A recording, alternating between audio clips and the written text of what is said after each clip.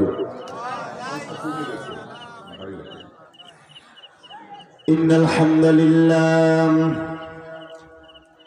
إن الحمد لله والصلاة والسلام على من كان نبيه وآدم بين الماء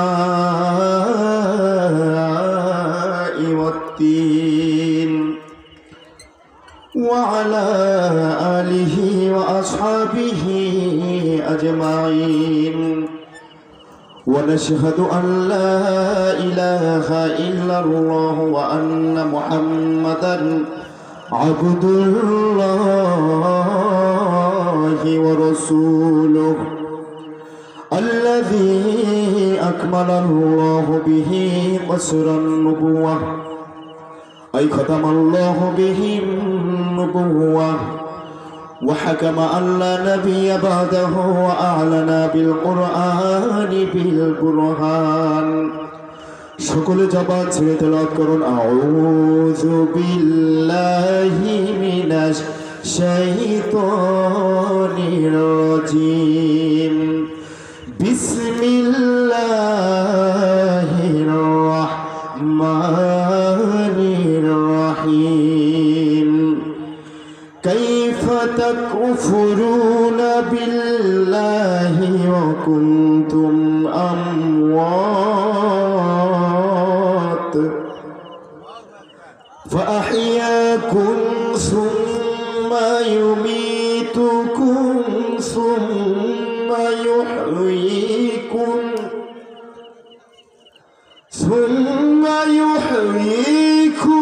ثم إليه ترجعون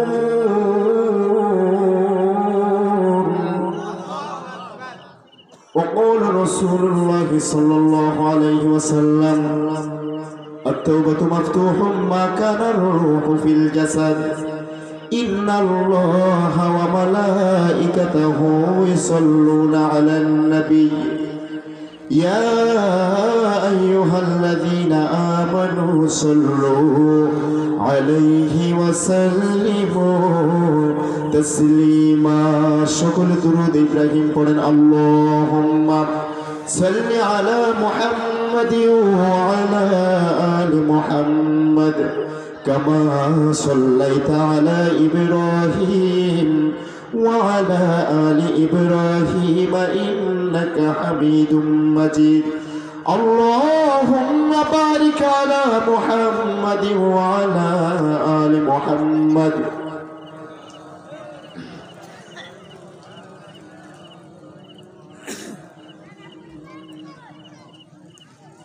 সবাইকে জিকির করতে হবে লা ইলাহা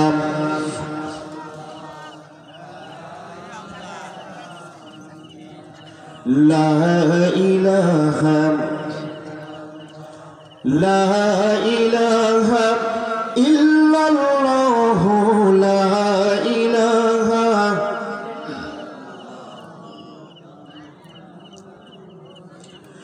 जरा चेहरे से पर्दा को उठा लो या रसूल अल्लाह मुझे दीदार टुको अपना दिखा लो या रसूल अल्लाह करो नूर मनूर से मेरे आँखों को नूरानी मुझे फल तक से जुल्मत से दिखा लो या रसूल अल्लाह ला इलाहा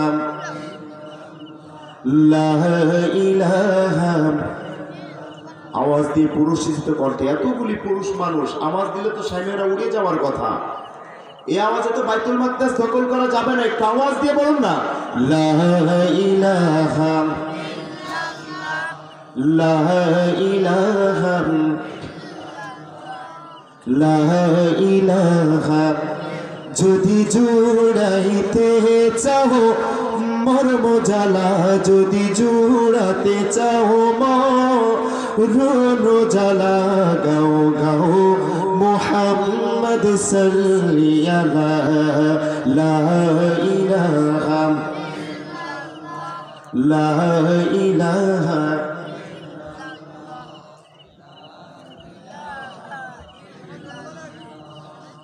মুহাম্মাদুর রাসূলুল্লাহ। সকলে পাঠ করি সাল্লাল্লাহু আলাইহি ওয়াসাল্লাম।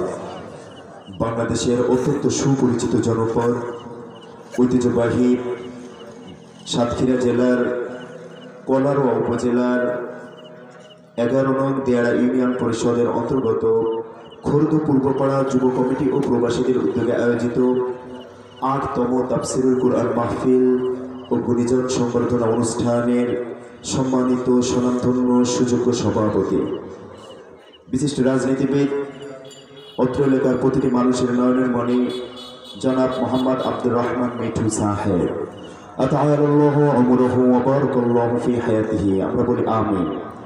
একটু জোরে বলুন আমিন। বিশেষ অতিথিবৃন্দ হিসেবে আসন গ্রহণ করেছেন জনাব গাজী মাহবুবুর রহমান মফে। আল্লাহ তার এই গোলামকে হযরত ওমরের মতো দ্বীনের খেদমত হিসেবে তার সকল প্রচেষ্টাকে আল্লাহ ইবাদত হিসেবে কবুল করুন, বলুন আমিন। আল্লাহ ওনার ইলম, আমলগত যোগ্যতা এবং নেক হায়াত আরো বহুগুণে বাড়িয়ে দিন, আরো একবার বলুন আমিন।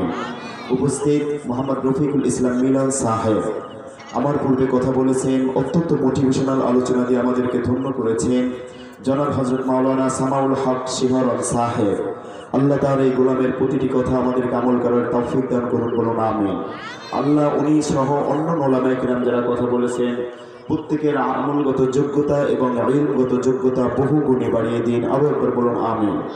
উপস্থিত বিভিন্ন ওলামায়ে কিরাম, ফুদালা আযম, সুশীল সমাজ, জাতির শ্রেষ্ঠ সন্তান শিক্ষক মণ্ডলী, জাতির বিবেক সাংবাদিকবৃন্দ, বিভিন্ন রাজনৈতিক দলের সম্মানিত নেতৃবৃন্দ, সামাজিক নেতৃবৃন্দ, উপস্থিত অত্র এলাকা, পার্শ্ববর্তী এবং দূর দূরান্ত থেকে আগত আল্লাহর দ্বীন প্রেমিক, কোরআন প্রেমিক, সর্বস্তরের তাওহীদি জনতা, যুগে যুগে আল্লাহর জমিনে আল্লাহর দ্বীনকে বাস্তবায়ন করার জন্য সবচাইতে যারা বেশি অগ্রণী ভূমিকা রেখেছেন, তাওহীদের পতাকাবাহী, কালেমার ঝান্ডাবাহী, দিন ইসলামের নরসারদুল বীর মুজাহিদ, আমার কলিজার টুকরা যুবক ও তরুণ ভাইরা, স্কুল, কলেজ, ইউনিভার্সিটি এবং বিভিন্ন মাদ্রাসায় অধ্যয়নরত আমার মেধাবী ছাত্র ভাইরা এবং পর্দার অন্তরায় হতে যারা শুনছেন, অবলা সরলা অতি গুণে গুণান্বিতা মা ও বোনেরা, থেকে থাকলে মিডিয়ার সম্মানিত কর্মী ভাইরা, থেকে থাকলে প্রশাসনের পুলিশ ভাইরা, প্রাণ প্রিয় সাতক্ষীরাবাসী, আপনারা সবাই কেমন আছেন? পেছনের ভাইরা আলহামদুলিল্লাহ তো বলেন না, চুপ থাকেন কেন? আপনারা কেমন আছেন? আমাদেরকে ভালো রেখেছেন কে? এজন্য সব সময় প্রশংসা হবে যার, তিনি কে? আর একটু জোরে বলতে হবে, তিনি কে? আমরা তো আওয়াজের দিক দিয়ে সিংহের জাতি, সিংহের মতো তো আওয়াজ হয় নাই। তাকবীর ধ্বনি আওয়াজ উঠতে হবে সিংহের মতো, বিড়ালের মতো আমরা আওয়াজ তুলতে পারি না। এই আল্লাহু আকবারের কারণে আল্লাহর বিজয় আল্লাহর জমিনে চলে আসবে, ঠিক কিনা বলেন? আমাদেরকে ভালো রেখেছেন কে? পোস্ট গ্রাজুয়েট মেডিকেল এডুকেশন, কলকাতার পিজি থেকে ফেরত দেওয়া রোগীকেও পুনরায় যিনি জীবন দিতে পারেন, তিনি কে? প্রত্যেক আসামি খুঁজে শাস্তি দেওয়ার জন্য, হ্যান্ডকাপ পরিয়ে জেল খাটানোর জন্য, কিন্তু যে দয়াময় আসামি খুঁজে মাফ করার জন্য, হ্যান্ডকাপ পরায় ফেরদাউসের ওয়ারিশ করার জন্য, তিনি কে? বিনিময় ছাড়া পৃথিবীর কেউ কিছুই দিবে না, বিপরীতে শূন্য দিলে পূর্ণ করে দেয়, তিনি কে? কারো বাড়িতে বারবার যাবেন, মেহমানের ইজ্জত কমে যায়। কাউকে বারবার ডাকবেন, ডাকনেওয়ালার ইজ্জত কমে যায়। যে দয়াময় আল্লাহকে বারবার ডাকলে ডাকনেওয়ালার ইজ্জত বেড়ে যায়। যার ঘর মসজিদে বারবার গেলে মেহমানের ইজ্জত বেড়ে যায়, তিনি কে? আল্লাহ। ওই আল্লাহ আমাদেরকে বসার সুযোগ দিয়েছেন কোরআনের এই মেলায়। আমরা কি খুশি নাকি বেজার?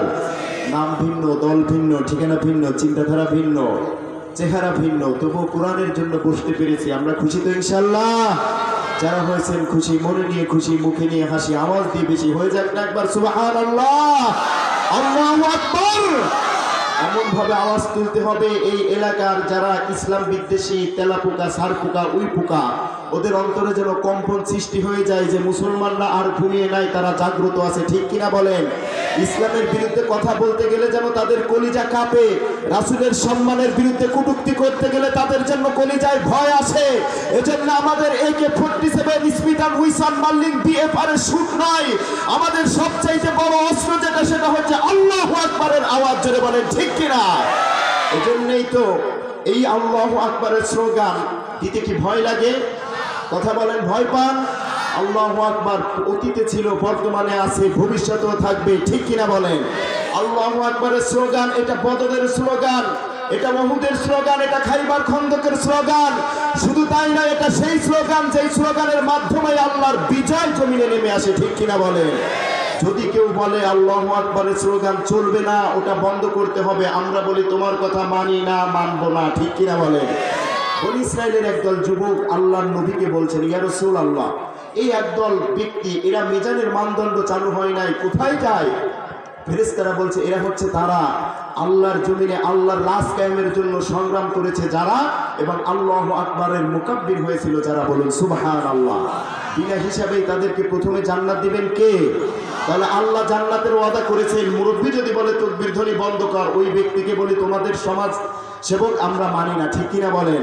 সেজন্য আজকে মাহফিলকে সামনে রেখে কোরআন সামনে নিয়ে শপথ রাখতে চাই, যদি আল্লাহর জমিনে আল্লাহর আইন বাস্তবায়নের লক্ষ্যে, রাসূল সাল্লাল্লাহু আলাইহি সাল্লামের আদর্শ বাস্তবায়নের লক্ষ্যে, উলামায়ে হকের পক্ষে থাকার লক্ষ্যে, ইমান দীপ্ত চেতনা নিয়ে এই পক্ষে ইসলামী আন্দোলনের কর্মী হয়ে জান্নাতি কক্ষে প্রবেশের লক্ষ্যে যদি আল্লাহু আকবারের স্লোগান দিতে হয় হকের পক্ষে বাতিলের বিপক্ষে, সেই দলে শামিল হয়ে আল্লাহু আকবার দেওয়ার জন্য, বুকের তাজা রক্ত দেওয়ার জন্য কে কে রাজি আছেন? হাত তুলে আল্লাহকে দেখান, হাত নামান। এই তাকবীর থাকবে কি থাকবে না? কথা বলেন। অতীতে ছিল, বর্তমানে ছিল, ভবিষ্যতে থাকবে, যতক্ষণ না বাংলার পার্লামেন্টে, সংসদে কোরআনের আলো চলবে, যারা বলে, ঠিক কিনা? তাহলে আমরা আল্লাহর পক্ষে থাকবো নাকি বিপক্ষে থাকবো? ওরা তো মাঝে মাঝে টোপ দিয়ে দেখতে চায় মুসলমান ঘুমিয়ে গেছে নাকি জাগ্রত আছে। ওরা পারমাণবিক অস্ত্রের আঘাত করছে, হাইড্রোজেন বোমা আমাদের উপর নিক্ষেপ করছে, কিন্তু এর বিপক্ষে বাঁচার জন্য মুসলমান যদি একটা ইটের খোয়াও ওদের গায়ে নিক্ষেপ করে, বিশ্ব মিডিয়া ভিডিও করে দেখাইতেছে, এই দেখো মুসলমানেরা জঙ্গি। আসলে মুসলমানেরা কি জঙ্গি নাকি জঙ্গি বিরোধী? ওরা জানে যদি মুসলমানের হাতে আল্লাহ বিজয়ের ক্ষমতা, আল্লাহ কালেমার ঝান্ডা উঠিয়ে দেয়, এরা যদি বিশ্বকে শাসন করে এবং জাতিসংঘে এরাই নেতৃত্ব দেয়, তাহলে ভুয়া আন্দোলন করে বড় বড় মদের বোতল খাওয়া যায় না, ঠিক কিনা? জাসপের নামে যেখানে সেখানে ভণ্ডামি করা যায় না, গার্লফ্রেন্ড নামে বিভিন্ন হোটেলে রাত কাটানো যায় না, কলমের খোঁচা দিয়ে গরিবের রক্ত ঝরা টাকা, এক খোঁচায় কোটি টাকা মেরে খাওয়া যায় না, ঠিক কিনা বলেন? এজন্যই যারা জঙ্গির বিরুদ্ধে অবস্থান নেয়, বিশ্ব মিডিয়া তাদেরকেই জঙ্গি বানানোর ষড়যন্ত্র করছে, ঠিক কিনা বলেন? এজন্য আমরা বলতে চাই, হায়াত আছে যতক্ষণ, শরীরে চলার শক্তি আছে যতক্ষণ, বাক শক্তি আছে যতক্ষণ, আমরা কোরআনের পক্ষে থাকবো এবং আল্লাহু আকবারের আওয়াজের পক্ষপাতিত্ব করবো, জোরে বলেন, ঠিক কিনা? আন্তর্জাতিক অঙ্গনে যদি দেখতে চাই, আমরা দেখতে পেয়েছি গতকালকে, ঠিক এই যে মুহূর্তে আপনারা বসে আছেন, গতকাল এই সময় ঢাকায় একটা রাস্তায় কিছু বাড়িঘরে আগুন লাগায় 40 জন মানুষ আগুনে পুড়ে মারা গিয়েছে। নাউজুবিল্লাহ বলেন। এক পরিবারের 5 সদস্য, স্বামী স্ত্রী, 2 মেয়ে এবং একজন ছেলে সন্তান, 5 জন মৃত্যুবরণ করেছে। এবার একটু সামনের দিকে তাকান, কতটা প্রতিকূল পরিবেশে আমরা বসে আছি। কোরআনের জন্য আল্লাহ কবুল করেছেন, খুশি না? রেড হাফা হিন্দুদের গরুর খামারের ভেতরে, হিন্দু না, ইহুদিদের, ইসরায়েলিদের 10তম একটা গরুর বাছুর জন্ম নিবে, একটা বাচ্চা জন্ম নিবে। ওদের ধর্মগ্রন্থে আসছে, ওইটা পাহাড়ের চূড়ায় নিয়ে যখন জবাহ করবে, তখন ওদের ইহুদি নেতা দাজ্জালের আবির্ভাব হবে। অটোমেটিক শুনতে পেয়েছি যে সেই গরুটা জন্ম নিয়েই নিয়েছে। ওরা মাথাচাড়া দিয়ে উঠেছে এটা ভেবে যে ইহুদি নেতা দাজ্জাল আসার পূর্বেই ওরা বাইতুল মাকদাসকে ভেঙে ফেলবে। সরাসরি যদি ভেঙে ফেলে, ওরা জানে 200 কোটি মুসলমান নামাজ না পড়তে পারে, রোজা না থাকতে পারে, এমন যুবক আছে, যদি শুনে আমাদের একটা মসজিদ ভেঙে ফেলবে, ওরা তাজা রক্ত দিবে, তবুও বাতিলের কাছে মাথা নত করবে না। ওরা মাটির নিচ দিয়ে সুড়ঙ্গ করতে শুরু করেছে এবং টেকটনিক প্লেটের ভেতরে ফাটল ধরিয়ে কৃত্রিম উপায়ে তারা চিন্তা করেছে যে এখানে ফাটল ধরিয়ে ভূমিকম্প সৃষ্টি করে বাইতুল মাকদাসকে ধ্বংস করবে। বলুন নাউজুবিল্লাহ।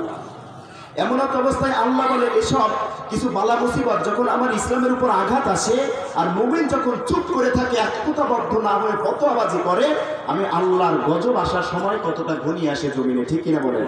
আমরা দেখতে পেয়েছি 18,000 মুসলমানদেরকে ইসরায়েলিরা ফিলিস্তিনি মুসলমানদেরকে মেরেই ফেলেছে, এখনো মারতেছে, ভবিষ্যতেও মারবে। কেন মারবে? মেরে মেরে যদি কমাতে পারে, তাহলে ওদের দাজ্জাল ইহুদি নেতা আসার পূর্বে ইসরায়েলিরা বাইতুল মাকদাস দখল করে ওই জায়গা তারা উপাসনালয় আবিষ্কার করবে, নির্মাণ করবে। বলুন নাউজুবিল্লাহ। এখন তো ফতোয়াবাজি করার সময় নাই, কারণ এমন কি একটা গজব সামনে অপেক্ষা করছে। এসব কথা তো নাই, মুসলমানের এসব চিন্তা করার সময় নাই, আছে ফতোয়াবাজি নিয়ে। 1895 সালে 96 সালে একটা ভাইরাস এসেছিল পৃথিবীর মানচিত্রে। সেই ভাইরাসটার নাম হচ্ছে, বিজ্ঞানীরা দিয়েছিল এল নিনো। নামটা কি? এল নিনো। কেন এসেছিল সেটা একটু পরে বলছি। এই ভাইরাসটি আসার পূর্ব লক্ষণটি ছিল, সাগরের এক প্রান্তের পানি বরফে জমতে শুরু করেছিল, অন্য প্রান্তে গরম হতে শুরু করেছিল। তার মানে পৃথিবীর দ্রাঘিমাংশ এবং অক্ষাংশের দুইটি প্রান্তে এক জায়গায় বরফ জমতে থাকবে, একদিকে গরমের আবহাওয়া শুরু হবে। এই ভাইরাস আসার কারণে 50 লক্ষ মানুষ মারা গিয়েছিল। বলুন নাউজুবিল্লাহ। তারা ধারণা করছে যে পেরুর একজন জেলে এই ঠিক একই জিনিসটা উপভোগ করতে পেরেছে, অনুভব করতে পেরেছে। এজন্য বিজ্ঞানীরা আবার ধারণা করেছে 24 সালের শেষে বা 25 সালের শুরুতে আবার পৃথিবীতে সেই এল নিনো নামক গজব আসবে। যদি এই গজব বাংলাদেশে আসে, আমাদের মৃত্যু আছে না নাই? করোনাও কিন্তু 50 লাখ মানুষ মারা যায় নাই, গেছে? কথা বলেন। কিন্তু আমরা যদি এখনো একতাবদ্ধ না হই, ইসরায়েলে যদি তারা যদি আমাদের বাইতুল মাকদাসে ধ্বংস আনে এবং এই গজব যদি পৃথিবীর মানচিত্রে আসে, আমরা যদি কোরআনের জন্য একতাবদ্ধ না হতে পারি, আমরা গজব থেকে রেহাই পাবো? ভাইরা আমার আল্লাহ সে কথাই বলতেছেন, ও দুনিয়ার মানুষ, وَنُنَزِّلُ مِنَ الْقُرْآنِ مَا هُوَ شِفَاءٌ। আল্লাহ বলছে, কোরআনের ভেতরে শারীরিক এবং রূহের জন্য যত প্রকারের রোগ আমি আবিষ্কার করেছি, আল্লাহ সব রোগের ওষুধ আমি আল্লাহ কোরআনের ভেতরে দিয়ে দিয়েছি। বুঝে থাকলে বলুন, করোনার ভেতরে যারা আমার বাংলাদেশে ট্রিটমেন্টের অবস্থা খুবই খারাপ অন্য দেশের তুলনায়। ফার্মেসি এবং ল্যাবরেটরি এবং ওষুধপত্রের ওই রোগ থেকে নিরাময় পাওয়ার জন্য সবকিছুই দুর্বল অন্য দেশের তুলনায়। বুকে হাত দিয়ে বলুন, অন্য দেশে করোনায় বেশি মানুষ মরেছে নাকি বাংলাদেশে বেশি? অন্য দেশে বেশি মরেছে, এমনকি অজু আছে কি নাই সেটাও দেখে নাই, দৌড়ে গিয়ে আল্লাহু আকবার বলে নামাজে দাঁড়িয়ে গেছে। ধর্ম কিন্তু ইহুদি জাতিতে, ঠিক কিনা? কিন্তু এরাও নামাজে চলে এসেছে। মুসলমান বাংলাদেশ সবচাইতে কম মৃত্যুবরণ করেছে। এবার আসুন, শারীরিক সকল রোগের নিরাময় আল্লাহ কোরআনে দিয়েছেন। আল্লাহ যে বলেছেন, অনুনাজ্জিলু মিনাল কুরআন। ও মুসলমান, একটা হেফজ করার হুজুর দেখবেন একটা ল্যাপের ভিতরে 2, 3, 4টা বাচ্চা একসাথে ঘুমিয়েছে, এমনকি মাস্ক পরেছে পুলিশের ভয়ে, করোনার ভয়ে নয়। কিন্তু বুকে হাত দিয়ে বলুন, পৃথিবীর মানচিত্রে এই বাংলাদেশের ভেতরে একটা হেফজ করার একজন হুজুর কিংবা ছাত্র করোনায় আক্রান্ত হয়েছিল? বরং যারা বেশি বেশি মাস্ক লাগিয়েছে, বেশি বেশি হাতে গ্লাভস পরিয়েছে, তারাই করোনায় বেশি আক্রান্ত হয়ে মরেছে। এমনকি যারা করোনার চাইতেও বেশি শক্তিশালী দাবি করেছে, সিঙ্গাপুর পর্যন্ত গিয়েও পূর্ণ ট্রিটমেন্ট হতে পারে না। ভাইয়েরা আমার, আমি সে কথাই বলতেছিলাম, জাপানের সবচাইতে বড় ওয়াটার সায়েন্টিফিক পানি বিজ্ঞানী জিজ্ঞাসা করা হলো সেমিনারে আরবের মঞ্চে, আপনি কেন ইসলাম ধর্ম গ্রহণ করলেন? আপনি তো ইহুদি খ্রিস্টানের দল, আপনি কেন ইসলাম গ্রহণ করলেন? উনি বলেছেন, আমি দেখতে পেয়েছি একটা পানির ভিতরে যখন কোনো বাচ্চা কোনো একটা জায়গায় কোরআন তেলাওয়াত করে, কিংবা কোরআনের মজলিস হয়, কোরআন তেলাওয়াত হয়, কিংবা নামাজের ভিতরে কোরআন তেলাওয়াত হয়, কোরআনের জলসা হয়, তাকে একটা নূরের আভা, একটা বৃত্তের মতো আলো তাকে ঘিরে রাখে। সুবহানাল্লাহ বলেন না? টিউবের মতো, বৃত্তের মতো আলো ঘিরে রাখে, খালি চোখে দেখা যায় না। ওইটা আমি ল্যাবের মাধ্যমে পরীক্ষা করেছি।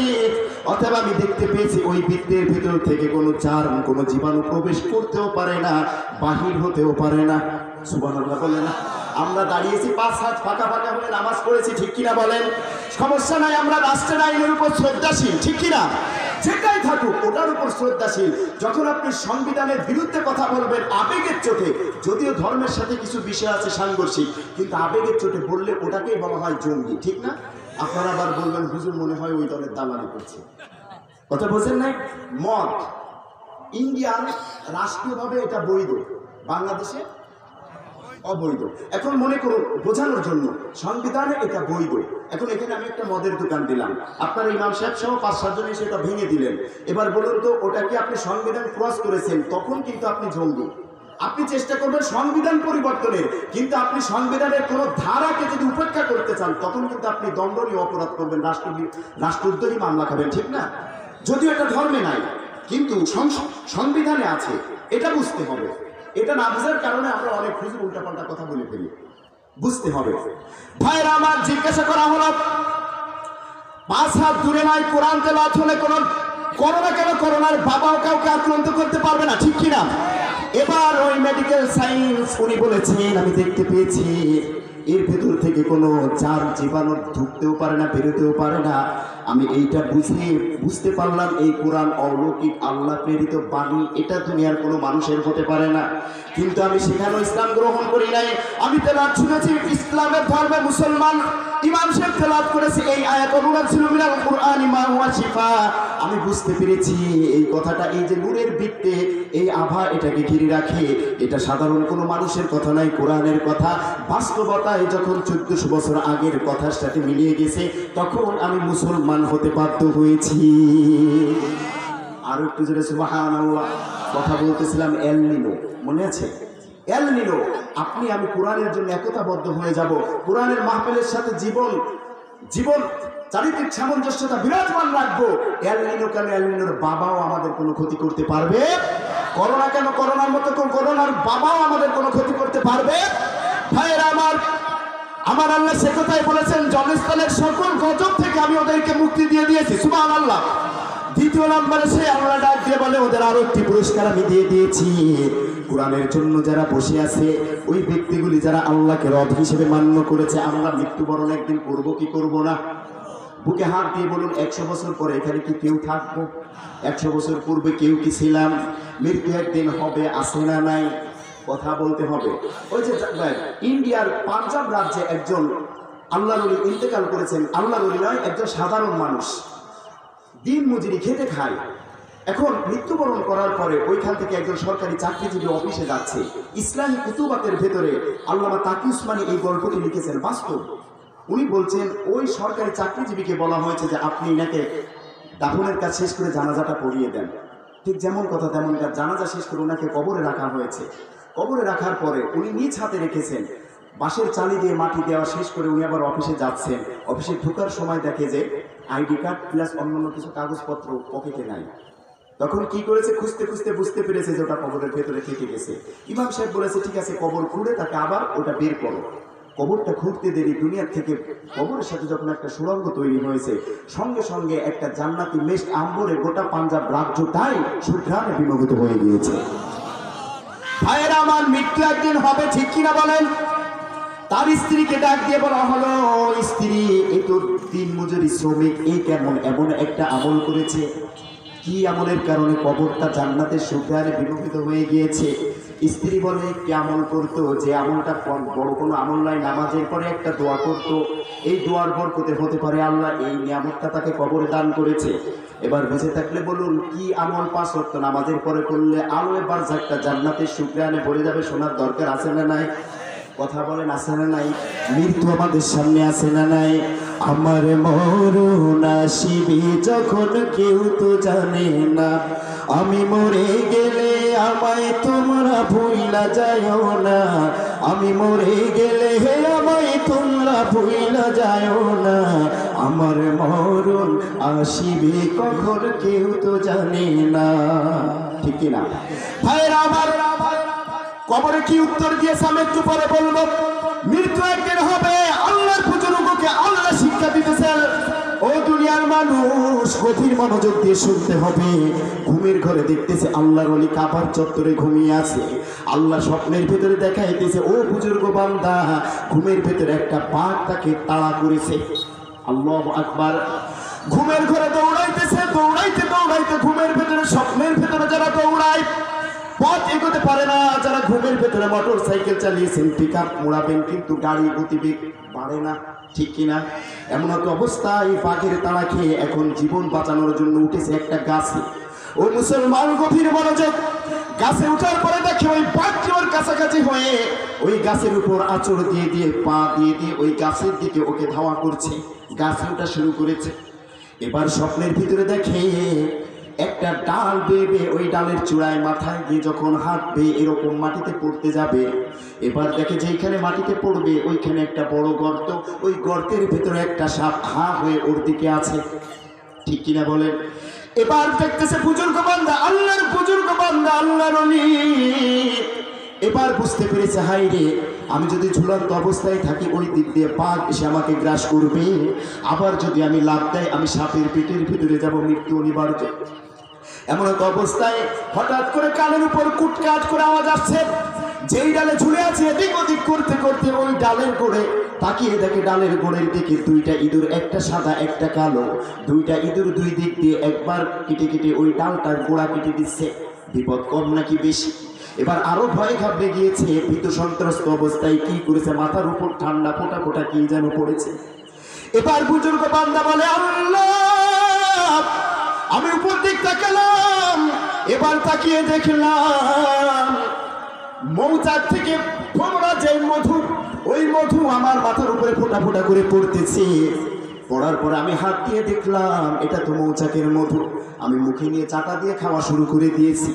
এরপর কাবার ইমাম যিনি তাফসীরে মাঝারের ভেতরে আল্লামা সালাউল্লাহ ফারিপতি বলেন, সে লিখেছেন কাবার ইমামের কাছে গিয়ে তৎক্ষণাৎ জামানার ওই ইমামের কাছে গিয়ে বলতেছেন, এমন ভয়াবহ স্বপ্ন দেখেছি, মানে তো কিছু বুঝলাম না।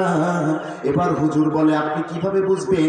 এত বিপদের ভেতরে থেকে আমার মৃত্যু অনিবার্য, কিছুক্ষণ পরেই আমি মৃত্যুবরণ করব।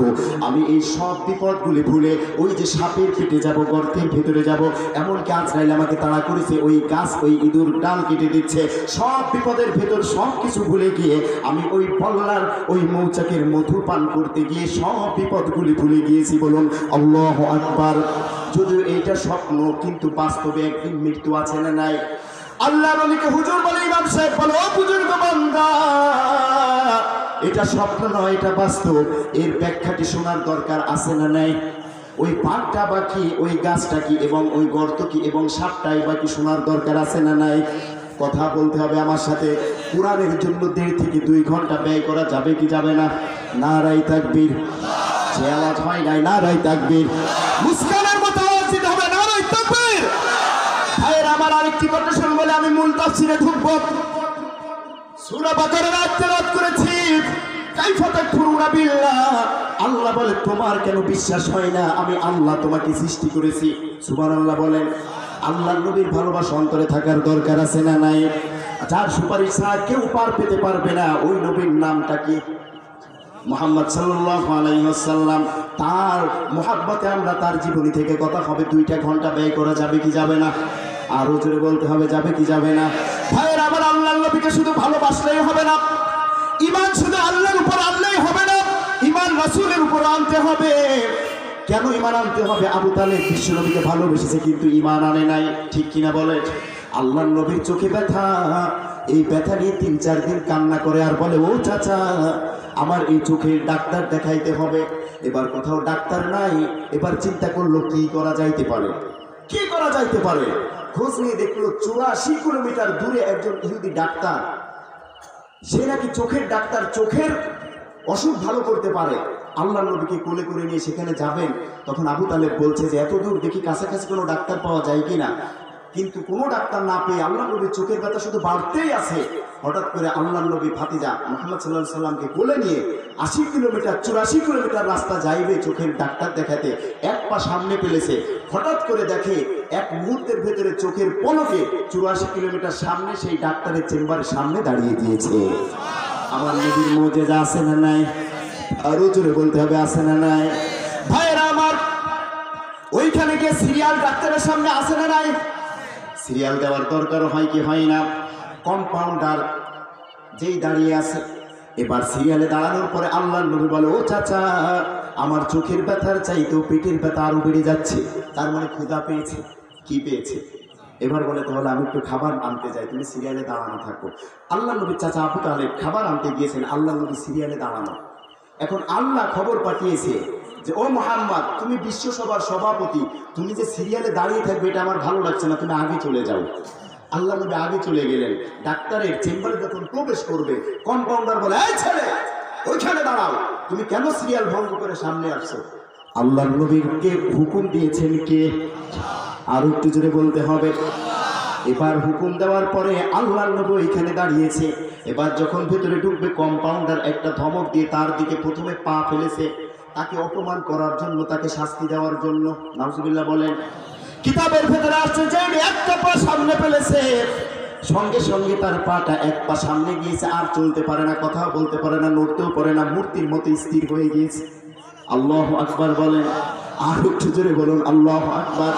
শুধু ডিস্টার্ব হয়ে যায় নাই, ও মুসলমান, আজকে যারা রাসূলের নবীওয়ালা কাজ করে কালেমার দাওয়াত দিতে চায়, আল্লাহর জমিনে আল্লাহর রাজ কায়েম করতে চায়, তাদের জন্য তুমি মিথ্যা মামলা সাজিয়েছো, ভুয়া মামলা সাজিয়েছো, চায়ের দোকান দিয়ে ধরে নিয়ে তুমি 4-5টা মামলা দিয়ে যাবজ্জীবন ফাঁসির আসামি কাজ করেছো। আমার আল্লাহ চাইলে ওই হাত স্টপ করে দিতে পারে কি পারে না? এই আরো জোরে বলতে হবে, পারে কি পারে না?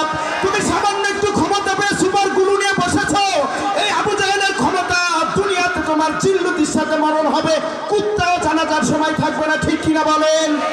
সকল ক্ষমতার মালিককে। একটাই চেয়ার স্থায়ী, আর কোন চেয়ার স্থায়ী নয়, সব অস্থায়ী, ক্ষণস্থায়ী। একটাই চেয়ার স্থায়ী, ওয়াসিয়া কুরসির সামাওয়াতি ওয়াল আরদ। সেই টাকার সেই চেয়ারটার নাম কি? ক্ষমতার চেয়ার দিতে পারে কে? আবার নামাইতে পারে কে? কুলিল্লাহুম্মা মালিকাল মুলকি তুতিল মুলকা মান তাশা ওয়া তানজিউল মুলকা মিম্মান তাশা ওয়া তুইজ্জু মান তাশা ওয়া তুদিল্লু মান তাশা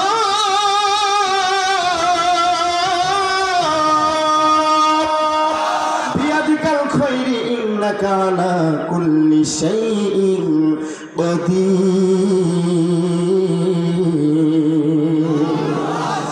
আমার আল্লাহর নবীকে ধমক দিয়ে সামনে এগোতে যায়, স্টপ হয়ে গিয়েছে। শুধু এখানে শেষ নয়, ভূমিকম্প শুরু হয়ে গিয়েছে। আল্লাহু আকবার বলে না? রিক্টার স্কেলে কি বলেছিল? 9 মাত্রার 8 মাত্রার ভূমিকম্প হয়ে 50,000 শেষ। ভূমিকম্প শুধু বেড়েই যায়, বেড়েই যায়। ডাক্তার চলে এসেছে আল্লাহর নবীর কাছে। আল্লাহর নবীর চেহারা দেখে ইহুদি ডাক্তার তাকে বুকে জড়িয়ে কোলে নিয়েছে। এবার ওই যে স্টপ হয়ে আছে ওই যে কম্পাউন্ডার, আর ভূমিকম্প সৃষ্টি হয়ে গিয়েছে, ওই ইহুদি পর্যন্ত আল্লাহকে ডাকা শুরু করেছে। এবার আলোচনার শেষে এই স্টপকে ভেঙে আমরা সামনে চলে যাব। ওয়াজে ফাঁকি দেওয়া হুজুর কিন্তু আমি না, ঠিক কিনা? স্টপ হয়ে আছে, ভূমিকম্প সৃষ্টি হয়েছে, তাহলে স্টপকে ভেঙে দিতে হবে। রাজি আছেন? আল্লাহু আকবার বলতে হবে। আল্লাহু আকবার। দ্বিতীয় নাম্বারে ওই যে স্বপ্নের ভেতরে গাছে উঠেছে, বাঘ তাড়া করেছে, এর ব্যাখ্যাটি জানার দরকার আছে না নাই? আর উঠছে জোরে। 3 নাম্বার, ওই কবরের ভেতরে এমন কি আমল করার কারণে কবরটা জান্নাতের শুকরান বিমে হতে হয়েছে, এটা জানার দরকার আছে না নাই? 3টি উত্তর আমি শেষে দিয়ে দিব। আমি যে আয়াতটি তেলাওয়াত করেছি এই আয়াত থেকে এবার তাফসীর শুরু হবে। আপনারা থাকবেন না ভাগবেন? কথা বলেন, থাকবেন না ভাগবেন? একজন বলেছে ভাগবো। তাহলে আওয়াজ দিয়ে শয়তানকে দূরে ছেড়ে দিয়ে আমরা তাফসীরে ঢুকতে পারি তো ইনশাআল্লাহ? নারায়ে তাকবীর। নাস্তিকতা নিপাত যাক, দ্বীন ইসলাম জিন্দাবাদ, কোটি প্রাণের কি আওয়াজ।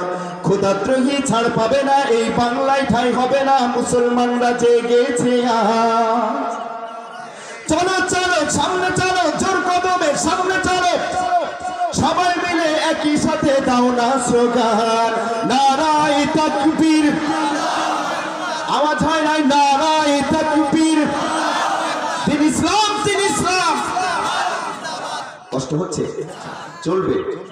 আরেকটি পুরস্কার, মান আমানা বিল্লাহ। আল্লাহ বলেছে কাইফা তাকফুরুন, সূরাতুল বাকারা। কোন সূরা? সবাই বলেন।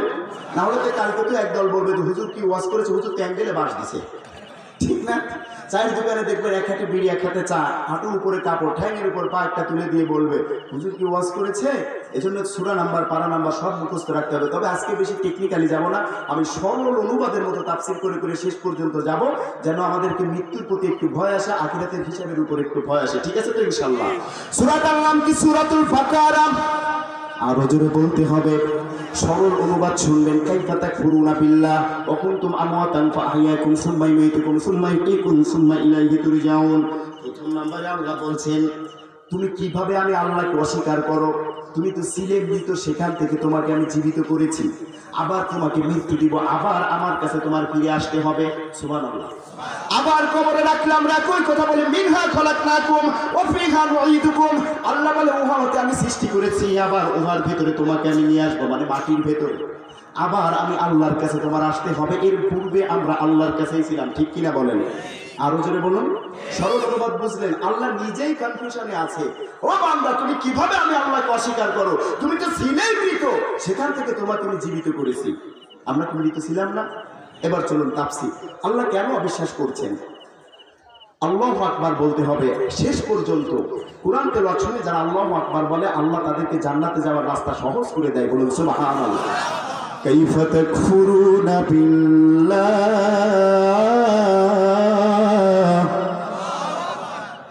কাইফা তাকফুরুনা বিল্লাহ, কাইফা তাকফুরুনা বিল্লাহ।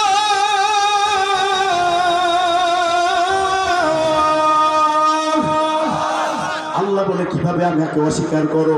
তুমি তো ছিলাই মৃত। 1 থেকে 100 বছর পূর্বে আমরা কি কেউ ছিলাম? আপনারাই স্বীকার করেছেন। যুবকদের জন্য বলবো গভীর মনোযোগ। ও মুসলমান, এমন কোন আয়াতটা আপনার অন্তরে, কোন নূরটার একটা নূর ঢুকে যাবে, জান্নাতের জন্য ওয়াসিলা হয়ে যাবে? আল্লাহ সে কথাই প্রশ্ন করেছেন। এটা আমার কথা নয়, কুরআন থেকে কথা হবে। হাল আতা আলাল ইনসানি হিনুম মিনাদ দাহরি লাম ইয়াকুন শাইআন মাযকুরা। আল্লাহ বলে, তুমি কি এমন একটা সময় ছিল যে তুমি কিছুই না, তোমার কোনো অস্তিত্বই ছিল না, তোমার কোনো পরিচয় ছিল না, শেখ ছিল না, মরণ ছিল না, তালুকদার ছিল না, কোনো বংশ ছিল না। এমন একটা সময় আমাদের আছে না নাই? 200 বছর আগে কেউ ছিলাম। এরপর আল্লাহ বলে, সেখান থেকে তোমাকে আমি জীবিত করেছি, মাটির নির্যাস থেকে। সুবহানাল্লাহ বলেন। সে কথা আল্লাহ কোরআনে বলেছেন, ওয়ালাকাদ খালাকনাল ইনসানা মিন সুলালাতিন মিন তিন। অর্থাৎ মাটির নির্যাস থেকে। মাটির ভিতরে উপাদান আছে কয়টি? কথা বলেন। 10টি। না 10টি। কয়টি? Oxygen, silicon, aluminium, iron, potassium, sodium, এরকম করে 10টা উপাদান মাটির ভেতরে। এর নির্যাস থেকে তোমাকে আমি সৃষ্টি করেছি প্রথম স্তর। মোট স্তর কয়টি? 7টি। সবাই বলেন। বিজ্ঞান ভিত্তিক তাফসীর হবে, একটু মনোযোগ না দিলে কিন্তু বুঝবেন না, বরং উঠে চলে যাবেন। আর যে বুঝবেন তার জন্য কি জীবনের শ্রেষ্ঠ আলোচনা আমার মনে হয়। সুবহানাল্লাহ বলেন। তাহলে মানুষ স্তর মোট কয়টি? 7টি। আর মাটির ভিতরে উপাদান 10টি। এর থেকে প্রথমে এটা কোথায় গিয়েছে চলুন সেটাও আল্লাহ কোরআনে বলেছে। ইন্না খালাকনাল ইনসানা মিন নুতফাতিন আমশাজ। আল্লাহ বলেন, নুতফার ভিতরে তোমাকে আমি বিদ্যমান করেছি, পিতার শুক্রকীট এবং মায়ের ওভামের ভিতরে। ওই মাটির নির্যাস থেকে আমি তোমাকে স্পার্ম অর্থাৎ জীবন কোনায় সৃষ্টি করেছি। তাহলে নুতফার ব্যাখ্যাটা নেন। প্রথম দ্বিতীয় স্তর হচ্ছে নুতফা, অর্থাৎ আপনার বাবা, আমার বাবা, আপনার বাবা, বাবা মা যখন একসাথে বিছানায় ছিল তাদের ভিতরে ভালোবাসা হয়েছে। এর ভিতরে এমন একটা বীর্য ফোঁটা মায়ের রেহমে চলে গিয়েছে। ওই বীর্যটার একটা ফোঁটাকে যদি 1 কোটি ভাগ করা হয়, বিজ্ঞান বলছে যদি আপনি একটা নুতফা কাকে বলা হয়, কলম দিয়ে আপনি একটা ফুল স্টপ দিয়েছেন, ওইটাকে যদি 1 কোটি ভাগ করা হয়, এর একটা ভাগ তার চাইতেও ছোট্ট একটা কণার ভেতরে তুমি বিদ্যমান ছিলে। সুবহানাল্লাহ বলে না? ভাইয়ের আমার, আল্লাহ বলছেন তুমি কিসের থেকে সৃষ্টি হয়েছো, কি জন্য তুমি ভাব মারো মানুষ? এই এমন একটা পদার্থ তোমার মায়ের রেহেমে চলে গিয়েছে। এরপর ভালোবাসাবাসি শেষ হওয়ার কারণে মসজিদে যাবে নামাজের জন্য। আমি আল্লাহ তার পূর্বে আরেকটি হুকুম দিয়ে দিলাম, ওযু গোসল না করে নামাজে যাওয়া যাবে না।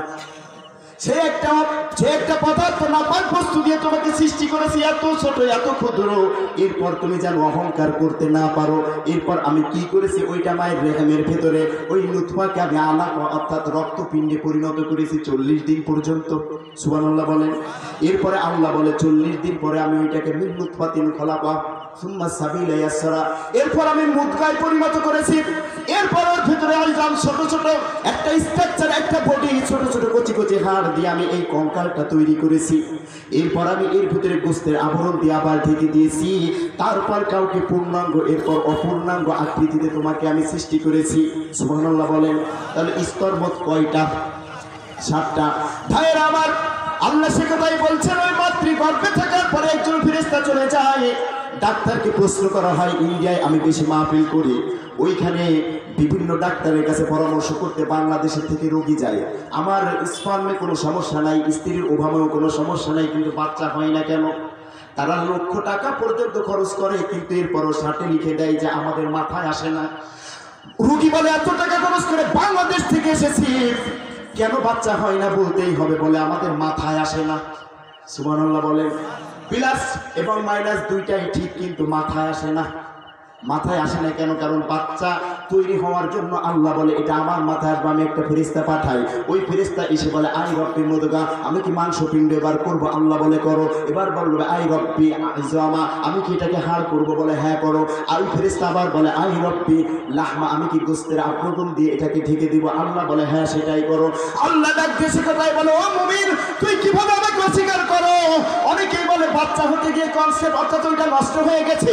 ওই ফেরেশতাকে আমি যেই পর্যন্ত অনুমতি দেয় সেই পর্যন্ত ও তৈরি করে, যেই অনুমতি দেওয়া বাদ দেয় সেই সেখানে শেষ হয়ে যায়।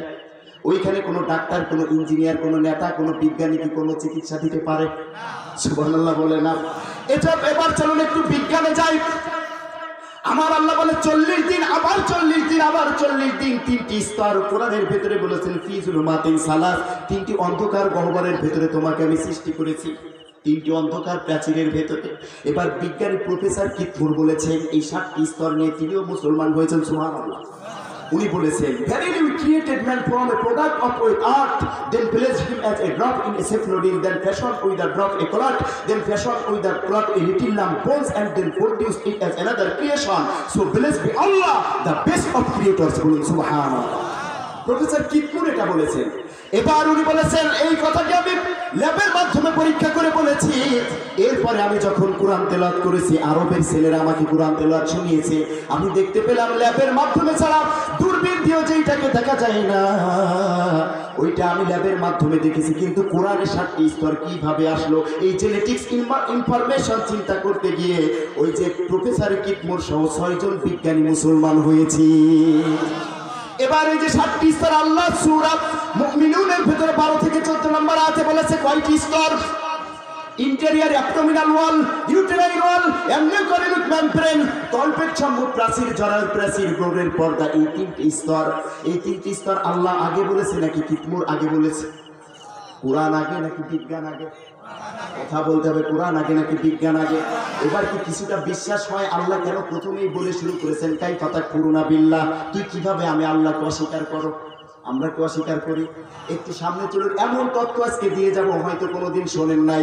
ওই তথ্যটা যদি আপনি বোঝেন, আপনি জীবনের জন্য ইসলাম নতুন করে দেখতে শুরু করবেন। সুবহানাল্লাহ বলে না। একটু ধৈর্য ধরেন। স্তর কয়টি? ইন্টেরিয়র অ্যাবডোমিনাল ওয়াল, 3টি প্রাচীর, স্তর হচ্ছে 7টি। আমার আল্লাহ সে কথাই কোরআনের ভিতরে বলে দিয়েছেন। এই 7টি স্তরের কথা আমি কোরআনে বর্ণনা করেছি সূরা কুলফুস সূরা অর্থাৎ সূরা ইখলাস। কাফিরেরা বলে তোমার আল্লাহর নসবনামা বলো। আল্লাহর নসবনামা মানে আমার নসবনামা বলে আব্দুল্লাহ আল মামুন, পিতা শেখ তৈবুর রহমান, দাদার নাম আলিমউদ্দিন শেখ। তারপরে আর জানি না। আল্লাহর নসবনামা এরকম ঠিকানা চেয়েছে, আল্লাহর কি কোনো ঠিকানা হয়? আল্লাহ নবী বলে কুল হুয়াল্লাহু আহাদ আল্লাহুস সামাদ। গভীর মনোযোগ, এই সূরাটা তেলাওয়াত করলেন। আমি বলতে চেয়েছিলাম 7টি স্তর। প্রথম নাম্বার মাটি, এরপর নুতফা, এরপর মুদগা, এরপর ইজাম, এরপর লাহাম, এরপর অন্য একটা আকৃতিতে পূর্ণাঙ্গ অথবা অপূর্ণাঙ্গ। এই 7টি স্তরের কথা সূরা ইখলাসে বলেছেন। লাম ইয়ালিদ, আল্লাহর জন্মের ক্ষেত্রে ইয়ালিদ শব্দটা ব্যবহার করেছেন। ইয়ালিদের পূর্বেও 7টা শব্দ, ইয়ালিদের পরেও সূরা ইখলাসের শেষ পর্যন্ত 7টা শব্দ। সুবহানাল্লাহ। আবার বিজ্ঞান সে কথাই বলেছে 7টা স্তর অতিক্রম করতে হয়। এবার দুনিয়াতে আপনি এসেছেন, এবার বিজ্ঞান বলছে একটা পূর্ণতায় পৌঁছাইতে একটা শিশুর 46টি ক্রোমোজোম অর্থাৎ 23টি হাড়ের জোড়া মতো ক্রোমোজোম নিয়ে জন্মাইতে হয়। এর 23টি আসে পিতার থেকে, 23টি আসে মাথার থেকে। এই আলিদের লামে একটা জের আছে, অন্য কোনো অক্ষরে কোথাও জের নাই। আজকে গিয়ে চেক করবেন। আর হাফেজের আলেমরা বলেন ইয়ালিদের নামে একটা জের ছাড়া এই সূরার অন্য কোথাও জের কথা বলেন আছে নাই। এই লামকে আলাদা করে দিয়েছে আল্লাহর জন্মের ক্ষেত্রে। আল্লাহ এর পূর্বে লামের পূর্বে সূরার প্রথম পর্যন্ত 23টা অক্ষর রেখেছেন, লামের শেষেও সূরার শেষ পর্যন্ত 23টি অক্ষর রেখেছেন। সুবহানাল্লাহ একটু জোরে। তার মানে আল্লাহ বুঝাতে চায় আমার যদি জন্ম নিতে হয় ওই 7টি স্তর আমার অতিক্রম করতে হবে। আমার যদি জন্ম দিতেই হয় ওই 7টি স্তর অতিক্রম করতে হবে। আমি ওই আলিদের নামে জের দিয়ে আমি ব্যতিক্রম হয়ে বুঝিয়ে দিয়েছি আমার জন্ম নাই। আবার এর পূর্ব 23টি অক্ষর, সামনেও 23টি অক্ষর। কোনো মত ক্রোমোজোমের জোড়ার সাথে আমি আল্লাহর কোনো শরীক নাই। ও মুসলমান, আল্লাহর নবী কোরআন কি বর্ণনা করতেন লিখে নাকি মুখে? কথা বলেন। আপনারা জানেন না, মুখে বলতে নাকি লিখে? মুখে। এবার আপনি বলুন আল্লাহর নাসরনামা বাংলা ভাষায় এই 4 আয়াতের অর্থ আপনি 1000 বার বলবেন, তবুও কিন্তু আল্লাহর জন্মের পূর্বে 7টা হবে না, 23টি হবে না। হবে লিখে দিলে সম্ভব, তাও 1 লাখ চেষ্টা করা লাগবে। তার মানে বিজ্ঞানী কিতমুর এটাও বলেছে যে সূরা ইখলাসের এই 7টি স্তর দেখে আমি বুঝতে পেরেছি there is no other lord except Allah. সুবহানাল্লাহ বলেন। ভাইরা আমার, তাহলে স্তর কয়টি? এরপর আমার আল্লাহ বলেছেন তোমার 3টি অন্ধকার গহ্বর যখন অতিক্রম হয়ে যায়, মানুষ অবাক হয়ে চিন্তা করা হয়, রে তো সন্তান প্রসবের যে ছোট্ট রাস্তা, এইখান থেকে একটা বাচ্চা বেরিয়ে কিভাবে? চিন্তাটা 2-1 বার মাথায় আসছে কি আসে নাই? মা বোনেরা কষ্ট নেবেন না, কারণ আমি কোরআন থেকে কথা বলছি নাকি বাইরের থেকে কথা বলতে হবে?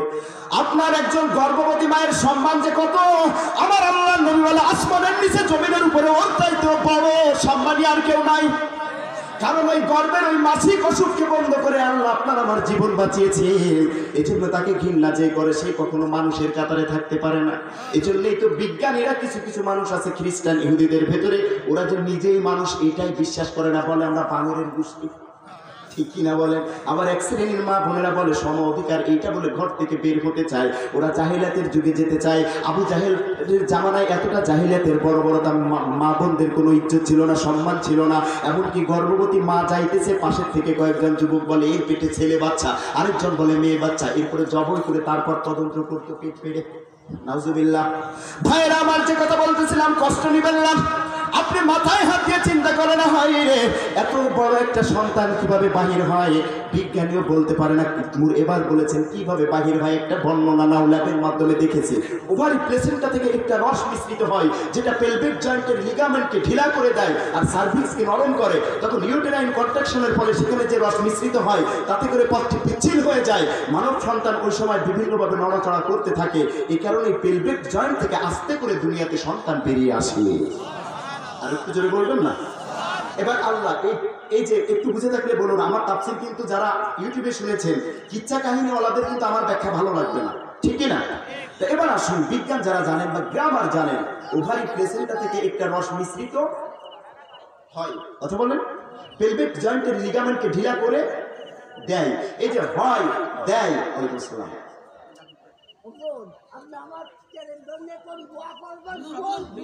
ঠিক আছে অবশ্যই আপনি বসেন, অবশ্যই দোয়া করবো, আপনি বসেন। ওনার জন্য আজকে হাড় ভাঙ্গা দোয়া হবে ইনশাআল্লাহ।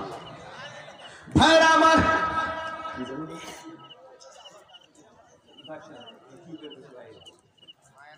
হ্যাঁ আল্লাহ বলছে তুমি কি চিন্তা করেছ? ও হয় যাই খাই, ক্রিয়ার পেছনে কর্তা লাগে কি লাগে না? হুজুর মোবাইলটি নিয়ে গেল, মোবাইলটি নিয়ে যাওয়া এটা হচ্ছে ক্রিয়া, আর হুজুর হচ্ছে কর্তা। বুঝেছেন তো? কর্তার পেছনে কর্মী থাকতে হয়, ক্রিয়ার পেছনে কর্তা থাকতে হয়। তাহলে ওভারি প্লেসেন্টা থেকে একটা রস মিশ্রিত হয়, এর পেছনে কর্তা দরকার আছে না নাই? তাকে জিজ্ঞাসা করা হলো তাহলে সেই কর্তাটাকে, যে হয় যাই খায় আপনি বলছেন বিভিন্নভাবে নড়াচড়া করে, এটা কিভাবে হয়? উনি বলে আমার মাথায় আসে না। সুবহানাল্লাহ বলেন। এবার বলে তাহলে মাথায় আসছে কিভাবে? কিতমুর বলে আমি কোরআনের ভিতরে এটাও দেখেছি, আমার আল্লাহ সে উত্তর দিয়েছেন 1400 বছর আগে। মিন নুতফাতিন খালাকাহু ফাকাদ্দারাহু সুম্মা সাবিলা ইয়াসসারাহু। আল্লাহ বলে নুতফা দিয়ে প্রথম স্তর, নুতফা মনে আছে? এই যে আমি মানুষ সৃষ্টি শুরু করে দেয়, অতঃপর আমি দুনিয়াতে আসার রাস্তাটা তার জন্য আমি সহজ করে দিই। আর একটু জোরে হবে না? এবার কেউ বলে যে মেয়ে হলো কেন, বউ তালাক। এরকম কিছু ইমানদার আছে না নাই? আর পরপর 4টে মেয়ে, ওই বলছে যদি আরেকটা বিয়ে করে। আরে বেটা আপনি তো মূর্খ। বিজ্ঞান বলছে এই সন্তান মেয়ে হবে নাকি ছেলে হবে, এটা তদন্ত হয়, এটা পর্যবেক্ষণ হয়েছে পুরুষের বীর্যের থেকে, বলেছে বিজ্ঞান, ঠিক কিনা? পুরুষের ক্রোমোজোমে থাকে এক্স এবং ওয়াই, নারীর ক্রোমোজোমে থাকে ডাবল এক্স। পুরুষের এখান থেকে যদি ওয়াই যায়, নারীর এখান থেকে এক্স, তখন হয় ছেলে। পুরুষের এখান থেকে এক্স, নারীর ওখান থেকে এক্স, তখন হয় মেয়ে, ঠিক না? কথা বলে না। এখানে আপনারা শিক্ষিত লোক, মানে বাজারের কাছে বাড়ি, একটু উত্তর না দিলে আমি বুঝবো না যে আপনারা বুঝতেছেন। একই কথা বিজ্ঞান বলেছে আজকে সূরা কিয়ামা। আমার আল্লাহ বলে ও বান্দা, মেয়েও আমি দেই, ছেলেও আমি দেই, ওই ফেরেশতাকে আমি যেইটা নির্দেশ করি সেইটা দিয়ে সেইটাই আজ করে। সুবহানাল্লাহ বলেন। এবার বলেন কখন মেয়ে হয়? আলাম ইয়াকুন নুতফাতাম মিন মানিয়্যিন ইউমনা। সে কি স্খলিত বীর্য ছিল না? স্খলিত মানে ছুঁড়ে যায় কি পুরুষেরটা না নারীরটা? পুরুষেরটা, ঠিক না? সুম্মা কানা আলাকাতান ফাখালাকা ফাসাওয়া, এরপর আমি তাকে আলাকে রূপান্তরিত করি। ফাজআলা মিনহু যাওজাইনি যাকারা ওয়াল উনসা, এরপর আমি যুগল নারী এবং পুরুষ সৃষ্টি করি। তাহলে প্রথম সূচনা হয়েছিল স্খলিত বীর্য, সে কি ছিল না, যেটা দিয়ে আমি নারী বা পুরুষ সৃষ্টি করেছি। তাহলে এখানে নারী বা পুরুষ সৃষ্টি করেছে স্খলিত বীর্য, অর্থাৎ পুরুষেরটা, এটা কোরআন স্পষ্ট করে বলে দিয়েছে। বলুন সুবহানাল্লাহ। আল্লাহ কেন বলেছেন কাইফা তাকফুরুন? বেটা তুই তো মৃতই ছিলি, তুই কিভাবে তুই আল্লাহকে অস্বীকার করো? বিশ্বাস করে আরো হবে, একটু ধৈর্য ধরেন, গভীর মনোযোগ দেন। ভাইয়েরা আমার, পৃথিবীতে চলে এসেছে আল্লাহ যে বলেছে তোমার আল্লাহ কি মহান, কি প্রভু, কেন আল্লাহর প্রশংসা করো না? কারণ আল্লাহর প্রশংসা করবে যখন গার্মেন্টসের ভেতরে একটা কাপড় তৈরি হয়, ওই কাপড়টার সামনে হ্যালোজিন থাকে, রড লাইট থাকে, কত প্রকারের আলোর ভেতরে তৈরি হয়। এরপরেও কত কর্মী, ইঞ্জিনিয়ার, জিএম স্যার থাকার পরও ওটাতে খুব থাকে কি থাকে না। কিন্তু আমার আল্লাহ সে কথাই বলেছেন ফি যুলুমাতিন সালাস, অন্ধকারের ভেতরে মায়ের একটা গোস্তের একটা স্তর, চামড়ার একটা স্তর, এরপর তিনটি স্তরের ভেতরে থাকে মায়ের রেহেম, ওই রেহেমের ভেতরে থাকে জেলি, একটা পদার্থ তরল। এই কারণেই আমি আল্লাহ জেলি দেয়, গর্ভবতী মা যদি পড়ে গিয়ে ব্যথা পায়, সন্তান যেন ব্যথা না পায়, এর ভেতরে আমি অন্ধকারে তৈরি করেছি। দুনিয়াতে এসে তুমি একবার নিজের দিকে তাকিয়ে দেখো কোনো খুদ আছে না নাই? কোনো খুদ নাই। ভাইয়ের আমার, সে আল্লাহ বলছেন নিজের দিকে তাকাও, নিজের দিকে তাকালে তুমি আমি আল্লাহকে খুঁজে পাবে। সুবহানাল্লাহ। নিজের দিকে তাকাও। সানুরিহিম আয়াতিনা ফিল আফাকি ওয়া ফি আনফুসিহিম ইলা আখিরিল আয়াত, আমি দূর দিগন্তে এবং ওদের নিজেদের মধ্যে হতে আমার নিদর্শন বলে হাইলাইট করব, পরে ফলে ভেসে উঠবে আমি আল্লাহর অস্তিত্ব বিদ্যমান। বলুন সুবহানাল্লাহ। তাহলে একটু নিজেদের মধ্যে দেখেন, আমরা যখন কোনো কাজ করি কি দিয়ে শুরু করি? হাত দিয়ে, ঠিক না? কাজ করা শুরু করার পরে হাত দিয়ে শুরু করার পরে একটা দোয়া করতে হয়, বিসমিল্লাহির রহমানির। আল্লাহ যে বলেছে নিজের দিকে তাকিয়ে দেখো, তুই আমাকে অবিশ্বাস করো কোন ভাবে? হাতের দিকে দেখুন, এই কবজা থেকে এই পর্যন্ত আমরা বিসমিল্লাহ বলে শুরু করি। বিসমিল্লাহর সাথেও হাতের সাথে একটা মিল আছে না নাই? কথা বলে অবশ্যই আছে। কিভাবে শুরু করো? বিসমিল্লাহির রহমানির রহিম লিখতে কয়টা অক্ষর লাগে? 19টা। কয়টা? 19টা। 19টা অক্ষর লাগে। আর এই 19টা কি? 8তম প্রাইম নাম্বার, অর্থাৎ 8তম মৌলিক সংখ্যা 19। বুঝেছেন তো? গভীর বলো যে আল্লাহ যে বলেছে আমাকে কেন অস্বীকার করো, দেখি আল্লাহ কি বুঝাচ্ছেন। তো চলুন, আমাদের হাতের ভেতরে দেখুন আল্লাহ নিদর্শন দিয়ে রেখেছেন। এই আঙ্গুলে কয়টা হাড় আছে? 1 2 3 4, তাহলে 4 4 16। এখানে কয়টা? 17 18। কয়টা? কত? গুনেন গুনেন। 1 2 3 4, তাহলে 4 4 16। এই আঙ্গুলে আছে 3টা, 17 18 19। ঠিক আছে না? তাহলে বিসমিল্লাহির রহমানির রহিম লিখতে অক্ষর লাগে কয়টা? 19। আমি বলেছি 8তম প্রাইম নাম্বার। এবার এইখানে কিছু ছোট ছোট হাড় আছে যেটা এই কন্ট্রোল করে 5টা আঙ্গুলকে, এইখানে। ঠিক আছে না বিজ্ঞানের ছাত্ররা? সেই 8টা হাড় লুনেট, ট্রাইকুয়েন্টাল, ফিসিফর্ম, হ্যামেট, নেভিকুলার, ছোট মাল্টেঙ্গুলার, বড় মাল্টেঙ্গুলার, ক্যাপিটেট, কয়টি হয়েছে? 19 হচ্ছে 8তম প্রাইম নাম্বার। আল্লাহ বলে হাতের ভেতরে আমি প্রাইম নাম্বার এবং আল্লাহর 19 সংখ্যাকে বিদ্যমান রেখেছি। সুবহানাল্লাহ বলে। সূর্যের আলো পৃথিবীতে আসতে কত সময় লাগে? কারণ আল্লাহ যে বলেছেন নিজেদের মধ্যে হতে দূর দিগন্তে আমার নিদর্শনাবলী দেখাবো। ও মুসলমান, সূর্যের আলো কখনো একটু বেশি সময় লাগে, কখনো একটু কম সময় লাগে, কিন্তু তার এভারেজ গড় হচ্ছে প্রায় 499 সেকেন্ড। সুবহানাল্লাহ। তার মানে 8 মিনিট 19 সেকেন্ড। সুবহানাল্লাহ বলেন। কোন 8? 8তম প্রাইম নাম্বার। আর ওই 19, যে 19 আল্লাহর বিসমিল্লাহির রহমানির রহিম লিখতে লাগে। দ্বিতীয় নাম্বার উপমা কোরআনের ভেতরে সূরা তাওবার ভেতরে বিসমিল্লাহ নাই। সূরা তাওবা হচ্ছে 9 নাম্বার সূরা। এর পূর্বে আছে 8টা সূরা, এরপরে আছে বাকি সূরা। এখানেও 8কে আলাদা করে আল্লাহ বুঝিয়ে দিয়েছেন। সৃষ্টির সব কিছুতে আমার 8 19তম প্রাইম নাম্বার। 19 হচ্ছে 8তম প্রাইম নাম্বার। এটা আমি কোরআনের ভেতরে সূরা তাওবায় বিসমিল্লাহ না দিয়ে আলাদা করে রেখেছি। সুবহানাল্লাহ বলেন। অনেক বর্ণনা দিয়েছে। সূরা তাওবায় বিসমিল্লাহ আছে হুজুর? নাই। এর আগে আছে 8টা সূরা। এই 8কে আমি 19 থেকে 8তম প্রাইম নাম্বার 19, এটাও আমি নিদর্শন দিয়ে রেখেছি। সুবহানাল্লাহ বলেন। আরো ব্যাখ্যা আছে, ওটা কঠিন হয়ে যাবে, গর্বে আমরা কত সময় ছিলাম। চলুন এবার আয়াতের আরেকটু সামনে যাই। কষ্ট হচ্ছে বুঝতে? কষ্ট হচ্ছে? আল্লাহ সে কথাই বলেছেন কাইফা তাকফুরুনা বিল্লাহ। আল্লাহ বলেছে কাইফা তাকফুরুনা বিল্লাহ, তুই কিভাবে আমি আল্লাহকে অস্বীকার করো? ওকুনতুম আমওয়াতান, তুমি ছিলে মৃত, সেখান থেকে আমি জীবিত করেছি। এরপর আবার তুমি মৃত্যুবরণ করবে। আবার মৃত্যু আমাদের জন্য আছে না নাই? কথা বলতে হবে, আছে না নাই? পৃথিবীর সব আপনারা স্বীকার করতে পারেন, ওই মৃত্যুকে কিন্তু অস্বীকার করা যায় না। ও আল্লাহ, তাহলে আমাদেরকে দুনিয়াতে পাঠাইলা, আবার দুনিয়া থেকে তুমি মৃত্যু দিয়ে কবরে নিয়ে যাবে, কেন তুমি পাঠাইলা? আবার কেনই তুমি দুনিয়া থেকে নিয়ে যাবে? আল্লাহ সে কথায় উত্তর দিয়েছে, তোমাকে কেন আমি জীবন দিয়েছি। সূরাতুল মুলকের 2 নম্বর আয়াতে, আল্লাযী খালাকাল মাউতা ওয়াল হায়াতা লিয়াবলুয়াকুম আইয়ুকুম আহসানু আমালা। জোরে কোন আল্লাহু আকবার। তাহলে আল্লাহ কেন জীবন দিয়েছেন সেটাও কোরআনে আছে না নাই? কথা বলতে হবে আমার সাথে। আল্লাহ বলেছে খলাকাল মাউতা ওয়াল হায়াত, মৃত থেকে তোমাকে জীবিত করেছি, লিয়াবলুয়াকুম লামে তাকিদ, অবশ্যই তোমাকে আমি পরীক্ষা করব। সুবহানাল্লাহ বলে না? আল্লাহ কিসের পরীক্ষা করবে? কে ঈমান নিয়ে টিকে আমার কাছে আসতে পারে, আর কি ঈমান হারিয়ে আমার কাছে আসে। ঠিক কিনা বলেন? এই ঈমান হারা লোক আমাদের ভেতরে আছে না নাই? আপনি বলবেন হুজুর আমরা তো ঈমানদার, একজন ঈমানদারের দাম কত? আল্লাহ আল্লাহর নবী বলে, ও কাবা তোর এত দাম, প্রতিদিন আমার আল্লাহ 120টি রহমত তোর উপর নাজিল করে। এর থেকে কেউ যদি তওয়াব করে, কাবার দিকে নজর করে, সে পায় 20টা। কাবার ভেতরে কেউ যদি নামাজ পড়ে, সে পায় 60টা। কাবার দিকে কেউ যদি কাবা তওয়াব করে, সে পায় 60টা। কেউ যদি এর ভেতর নামাজ আদায় করে, সে পায় 40টা। এই 100টা 20টা রহমত তোর থেকে আমি বান্দাকে দিয়ে দেয়। এবার বলছে কাবারে তোর কত দাম, গোটা জগতের মানুষ তোকে এসে জড়িয়ে জড়িয়ে কান্না করে, তোর এত মূল্য আমার আল্লাহর কাছে। আল্লাহ তুই বরাবর উপরে, আল্লাহ ধ্যানে মগ্ন আছেন, কিন্তু আমার একটা হাবশীর কালো গোলাম যদি একবার কালেমা পড়ে আল্লাহর কাছে আত্মসমর্পণ করে ইমানদার হয়, তুই কাবার চাইতেও লক্ষ কোটি কোটি গুণ বেশি দাম আমার ওই ইমানদার কুরআন প্রেমিক ওলার আল্লাহর কাছে। আর একটু সুবহানাল্লাহ। আল্লাহ বলেছে পরীক্ষার জন্য দিব, কখনো ভয় দিয়ে, কখনো ক্ষুধা দিয়ে, সবকিছু দিয়ে পরীক্ষা করব। আমি দেখতে চাই কে ধৈর্য অবস্থায় আমি আল্লাহর দরবারে এসেছে। সুবহানাল্লাহ বলে না? ও মুসলমান, আল্লাহ আবার কবরে নেবে পরীক্ষা। সেই পরীক্ষাটা আমি দুনিয়াবি পরীক্ষার কথা বলবো না, ওই পরীক্ষা। আপনি বলবেন হুজুর আমি ইমানদার, জান্নাতের প্রথমে তো আমিই যাব, আল্লাহর নবীর সুপারিশ আমিই পাবো। ও মুসলমান গভীর মনোযোগ, আমাকে বলা হয়েছে হুজুর এমন কিছু বয়ান করবেন যেন আমরা আমল করতে পারি। মৃত্যু সামনে আছে না নাই? আরো জোরে বলতে হবে, আছে না নাই?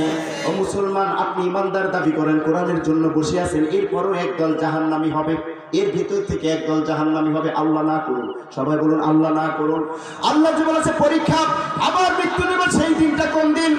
আল্লাহ সে কথাও কোরআনে বলেছে, ওয়ানুফিখা ফিস-সূরি ফাইযা হুম মিনাল আজদাফি ইলা রাব্বিহিম ইয়ানসিলুন। জোরে বলুন আল্লাহু আকবার। ইসরাফিল আলাইহিস সালাম ফুৎকার দান করবে, তুমি যদি ঈমান নিয়ে যেতে পারো, এখানে একটু পরে বলবো। এরপর যখন পৃথিবীর ভিতরে নাফকাতুল ফাজা, এরপর নাফকাতুল সাক, নাফকাতুল কিয়ামুল রাব্বিল আলামিন, আল্লাহর নবীকে আবার উঠানো হবে। এবার জিবরিল ডাক দিয়ে বলবে, ইয়া রাসূলুল্লাহ সবকিছু শেষ হয়ে গিয়েছে, 4টে ফেরেশতাকে আল্লাহ আবার তৈরি করেছে, আপনি ওইখানে চলুন। আল্লাহর নবী উঠে বলল, ও জিবরাইল আমার উম্মত কোথায়? আইনা উম্মতি। এবার জিবরিল বলল, ইয়া রাসূলুল্লাহ আপনার উম্মত এখনো ওঠে নাই, আল্লাহর কাছে 4 জন। আল্লাহর নবী বলে, আমার উম্মতকে কি জাহান্নাম গ্রাস করে ফেলেছে? আল্লাহর নবী কি জিবরিল বলবে না গ্রাস করে ফেলে নাই? এবার বলে দ্রুত আমার উম্মতের কাছে নিয়ে যাও, বলে উম্মত কোথাও নাই। জিবরিল কাঁদতেছে আর বলতেছে, ও ফেরেশতা তুমি কাঁদো কেন? জিবরিল বলে, এখনই আমার নবীকে জমিন থেকে উঠানোর জন্য বলা হবে, আমার জমিনে যে কোথায় আমার হাবিবকে আমি রেখেছিলাম সেইটা আমি ভুলে গেছি। তৎক্ষণাৎ জিবরিল বলল, আমি দুনিয়াতে এসে দেখবো অন্ধকার এই পৃথিবীর বুক থেকে 2টি জায়গার থেকে আল্লাহর আরশের দিকে নূর চমকাইতেছে। একটা হচ্ছে মক্কা, একটা হচ্ছে মদিনা। সুবহানাল্লাহ কয় না? ঠিক একই কথা ওয়াটার সায়েন্টিস্ট যারা চাঁদে গিয়েছিল, নীল আর্মস্ট্রং বলেছিল যে পৃথিবীর উপরিভাগে যে গ্যালাক্সি সবগুলি অন্ধকার, আর সূর্যের আলো নির্দিষ্ট একটা কক্ষপথ থেকে পৃথিবীতে আসে। কথা বুঝতেছেন তো? কিন্তু উনি বলেছে রাতের বেলা আমি দেখেছি 2টি অন্ধকার ওই গ্যালাক্সির থেকে টর্চ লাইটের আলোর মতো উপর দিকে যায়, পৃথিবীতে এসে আমি পর্যবেক্ষণ করে দেখি একটা হচ্ছে মক্কা, একটা হচ্ছে মদিনা। সুবহানাল্লাহ বলে না? আমি একটা মিউজিক শুনেছি, সেটাও আমি গিয়ে শুনেছি মক্কায়। শুনবেন না ভাগবেন? কথা বলে না, আল্লাহু আকবার বলা যাবে না? হাইয়া আলাস সালাহ,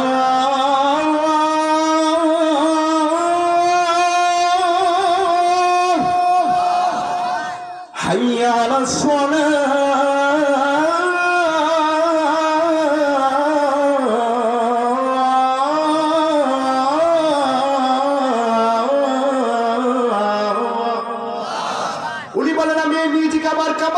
শুনেছি, এরপর আবার বুঝতে বাকি নাই ইসলাম ধর্ম সত্য, আল্লাহর নবী সত্য।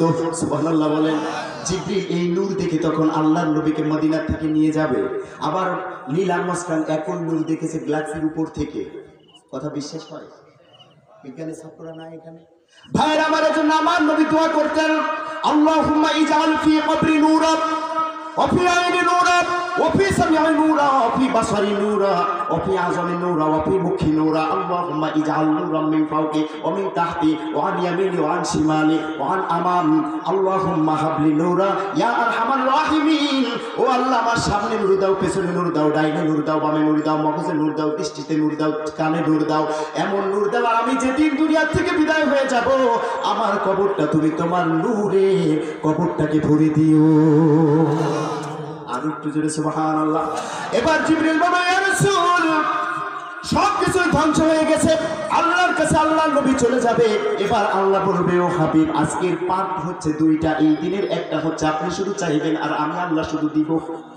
আর একটু জোরে, আপনি শুধু চাইবেন আমি একটু দিব, যতক্ষণ পর্যন্ত আপনি চাইবেন ততক্ষণ পর্যন্ত আপনাকে দিব। আবার আল্লাহর দরবারে উঠে যেতে হবে মৃত্যুর পর থেকে। ঠিক আছে তো আয়াতের সাথে কথা?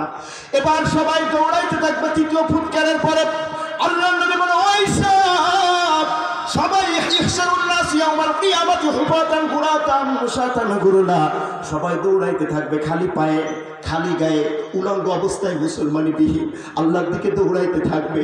আল্লাহর নবীকে ডাক দেবে, ও নবী, আর রিজাল ওয়ান নিসা উজামিয়া ইনদুরু বাদহুম ইলা বাদ।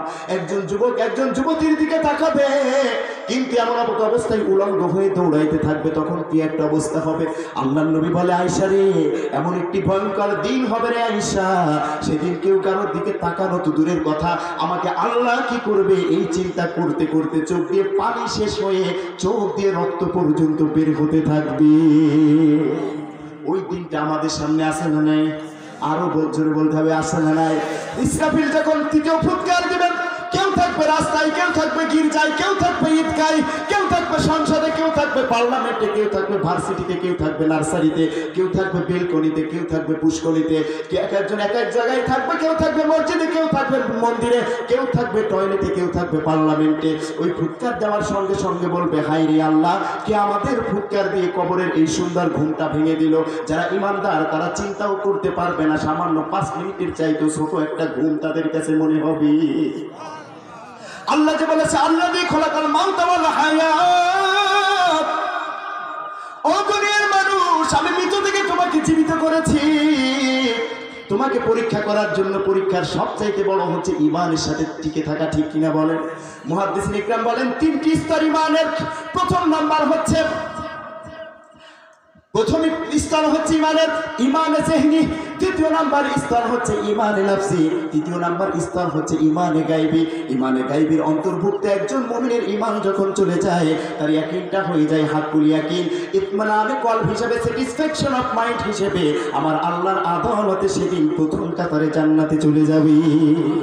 ইয়াকিনের স্তর কয়টা? আমাদের তাবলীগের ভাইয়েরা বলে বসুন ঈমান ইয়াকিনের কথা হবে, কিন্তু ইয়াকিনটা কিন্তু বুঝাতে পারে না। কথা ঠিক না? ইয়াকিনটা বুঝাবেন না কিভাবে? আপনি তো মূর্খকে আলমের চেয়ার দিয়ে দিয়েছেন, এটাই কি আমাদের আলামত? আবার 2টা গ্রুপ হয়েছে, সাত গ্রুপ, জুবায়ের গ্রুপ। এখন কোন গ্রুপ এটা বলবো না, এ বি, 2টা গ্রুপ। এখন এক গ্রুপ মসজিদে আসছে, আরেক গ্রুপ বলছে তোমাদেরকে ঢুকতে দিলে মসজিদ অপবিত্র হয়ে যাবে, তোমরা মূর্খ। বলে ঠিক আছে, অপবিত্র হোক আর পবিত্র হোক, তুমি মুয়াজ্জিনকে 100 টাকা দিচ্ছি, বাইরের থেকে তালা মেরে চলে যাও। কথা বুঝতেছেন?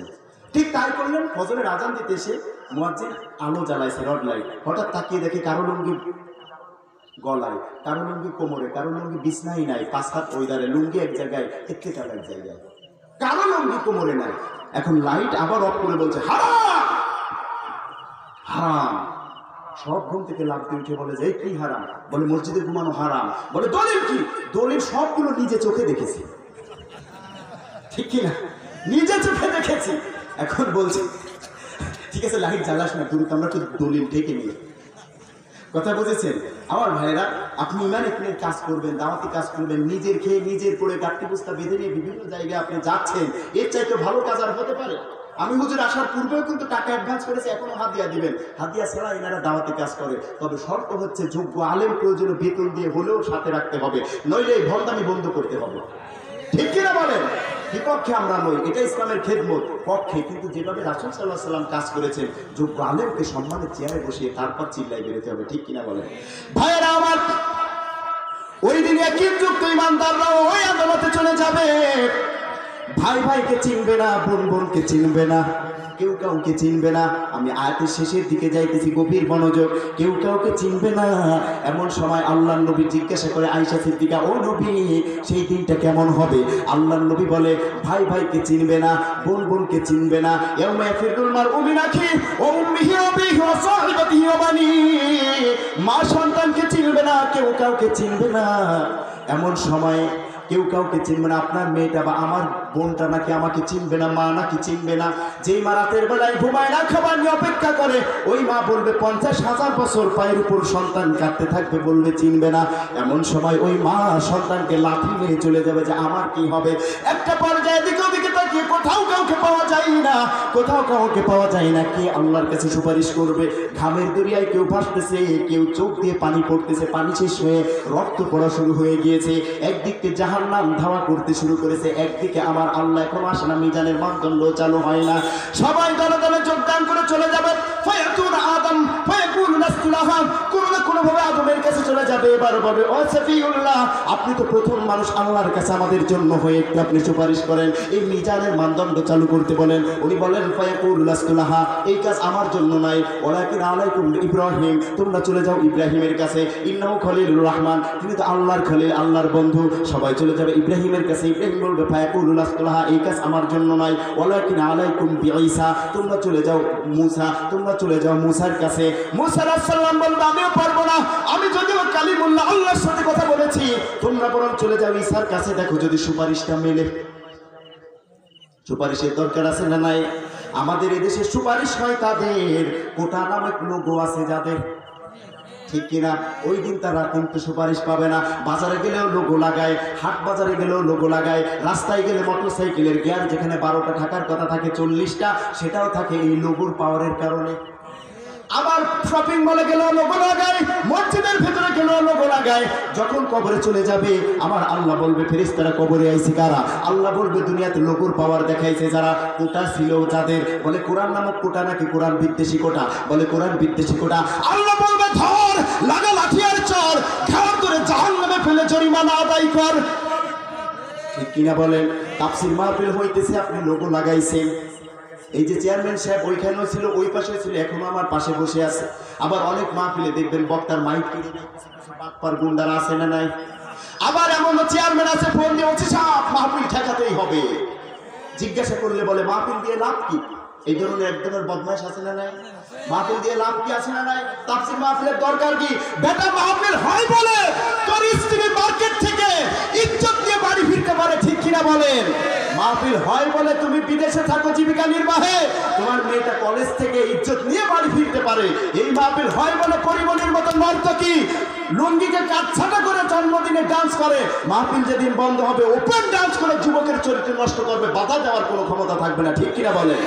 আপনার উচিত ছিল আপনার স্পিক সাহেবকে, ওসিকে ফোন করে যে, স্যার আমার এখানে সুন্দর একজন তাফসীর কারক আসবে, আপনি আসুন, আমরা আমার মেহমান হিসেবে আপনি কোরআনের দাওয়াত গ্রহণ করুন। আপনি এটা করেন না, আপনি বরং বলেন, ওসি সাহেব মাহফিল ঠেকাতেই হবে, ঠিক কিনা বলেন?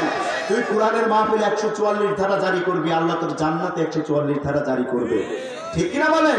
ধর্মপ্রাণ মুসলমানের টাকায় মাহফিল চলে, এরপরে এক শ্রেণীর সমাজসেবক বলে মাহফিলে নাকি জঙ্গি ট্রেনিং দেওয়া হয়, অথচ যাত্রাপালাই হয় না।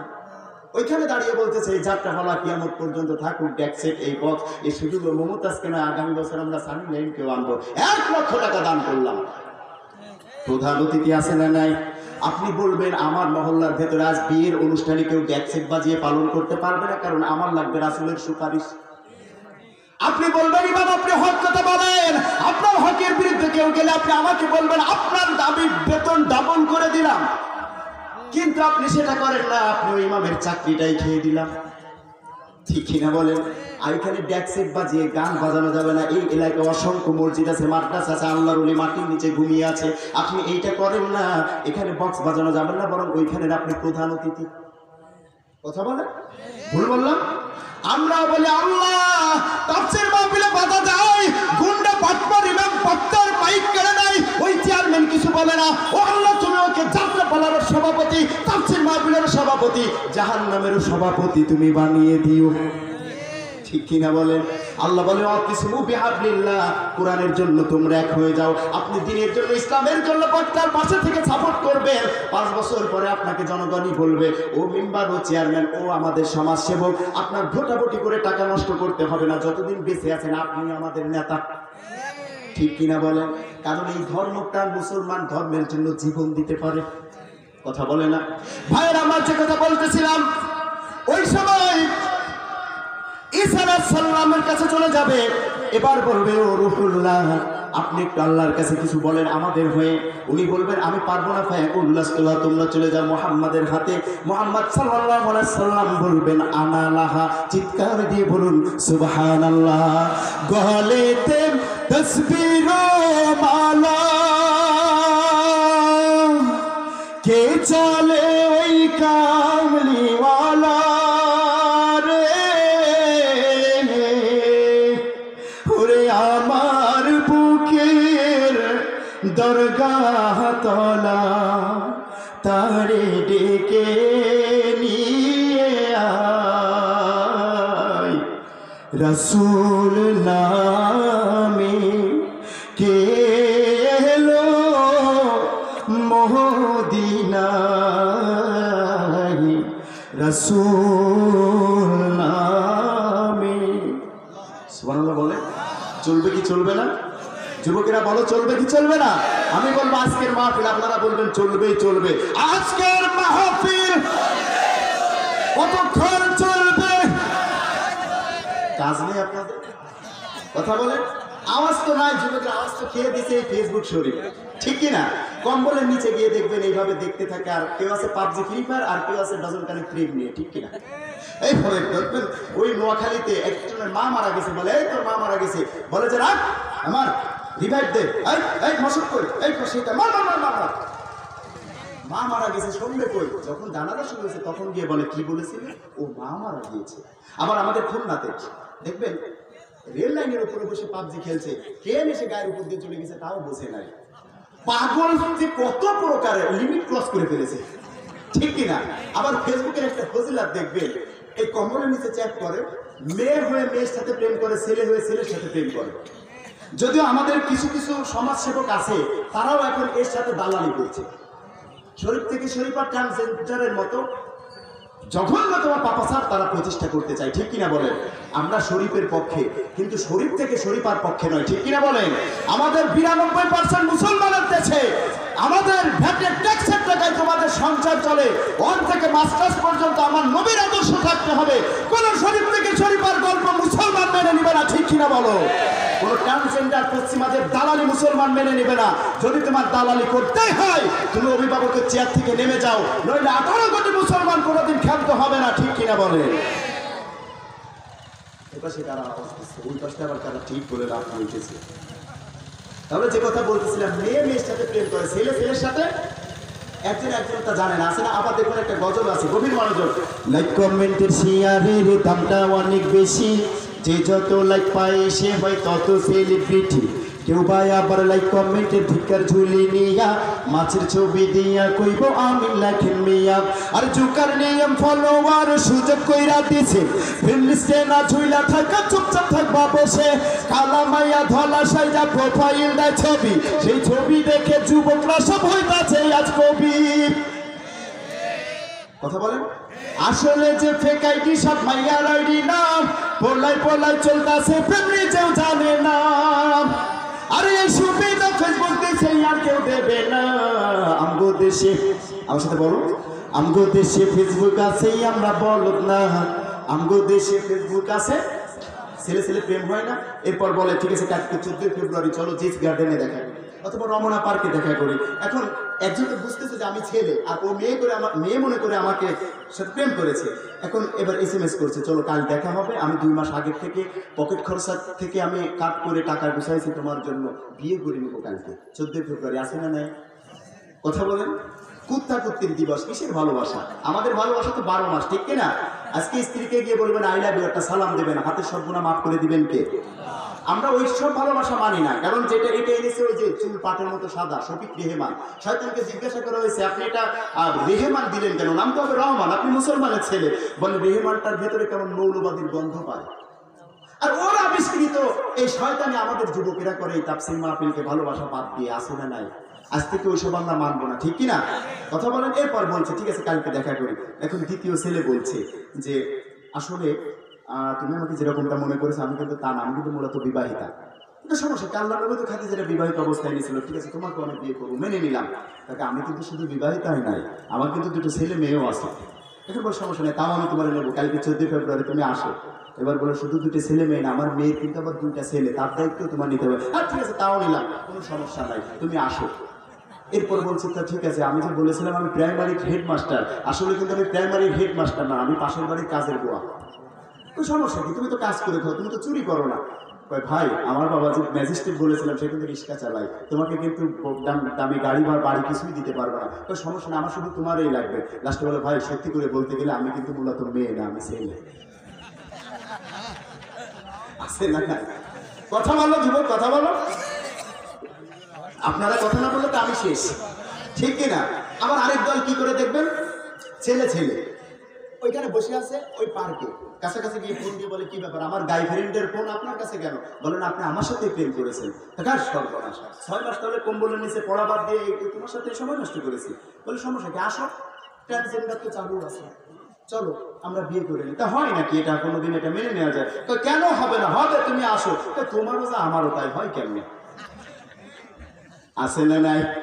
এই সবের সাথে থাকবে, কোরআনের কাছে আসবে না, আবার রাসূলের শাফাত পেতে চায়, আছে না নাই? কথা বলে না, আরো জোরে বলেন। হইলা না রে বন্ধু, তুমি হইলা না মাওলা, খোদার হুকুম না শুনিলা, একটা কথাও তার, তুমি হইলা না মাওলা।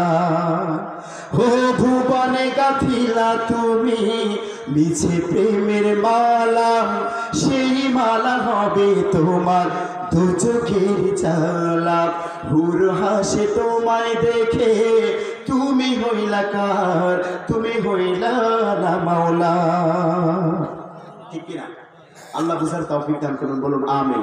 ভাইরা আমার, আল্লাহর নবী বলবে আনা লাহাইকা যাবার জন্য। এমন সময় মুসলমান আল্লাহর নবীকে বলবে একটু সুপারিশ করুন। আল্লাহর নবী চলে যাবে মাকামে মাহমুদ, ওই স্টেশনে সিজদা করবে। আল্লাহর নবী কাঁদতেছেন, আল্লাহ আসছে বিচার করার জন্য। আল্লাহ যখন আরশ থেকে নামবেন, প্রথমে আমার নবীর সিজদায় পড়া অবস্থায় এই চোখের পানি ঝরতেছে। আল্লাহ ডাকতে বলবো ও হাবিব আমার, কোনো চিন্তা নাই, তুমি মাথা উঠাও, আজকে তোমাকে আমি কাঁদতে দিব না। আমি দুনিয়াতে তোমাকে ওয়াদা করেছি কিয়ামত দিবসে তুমি চাইবে আর আমি শুধু দিতেই থাকবো। আল্লাহর নবীর মুখ উঠে বলবে, যখন কেউ কথা বলতে পারবে না, আমার আল্লাহর নবী উঠেই বলবে আমার উম্মত ফায়াকুলু উম্মতি। ও মুসলমান, আপনি যার পেছনে ঘুরঘুর করেন, আপনি যে বন্ধুর সাথে সঙ্গ নিয়ে নামাজ কাজা করেন, আপনি যেই নেতার পেছনে লাঠি হিসেবে ব্যবহার হয়েছেন, নামাজ পড়েন নাই, কেউ কাজে আসবে না। যেই অলির পেছনে আপনি পাগড়ি ধরে মুরিদ হয়েছেন, সেও কাজে আসবে না। আপনার কোনো উস্তাদ কাজে আসবে না, কোনো ইমাম কাজে আসবে না। একজন সুপারিশ করতে পারবে, আর কেউ নয়, মুহাম্মাদুর রাসূলুল্লাহ। বলুন সুবহানাল্লাহ। ভাইরা আবার অনেকে বলে আমরা নৌকা নিয়ে বের হব, আছে না নাই? আবার অনেকে বলে ধরো কলকি মারো টান, গাঞ্জা বাবারা শিকান, আছে না নাই? পানির ভেতর আগুন জ্বলে, ঝড় বাতাসে নেভে না, খাজা বাবার মুরিদ হইলে নামাজ রোজা লাগে না। বাবা শাহ আলী দিলের কালি করে পরিষ্কার, কিরামান কাতিবিন রোজ হাসরের দিন হাইরে করবে যখন আল্লাহর কাছে অভিযোগ, আমরা বলবো হই আমরা খাজা বাবার লোক। বলুন নাউজুবিল্লাহ। এটা বললে আযাব আরো বেশি হবে কি হবে না? আল্লাহ রাব্বুল আলামিন বলেন জাহাজ নিয়ে উঠতে পারবে না, কাফেলা নিয়ে কেউ উঠতে পারবে না। আল্লাহ যাকে মাফ করার ইচ্ছা করবেন তাকে ডেকে নেবেন পর্দার ভেতরে। সুবহানাল্লাহ বলেন।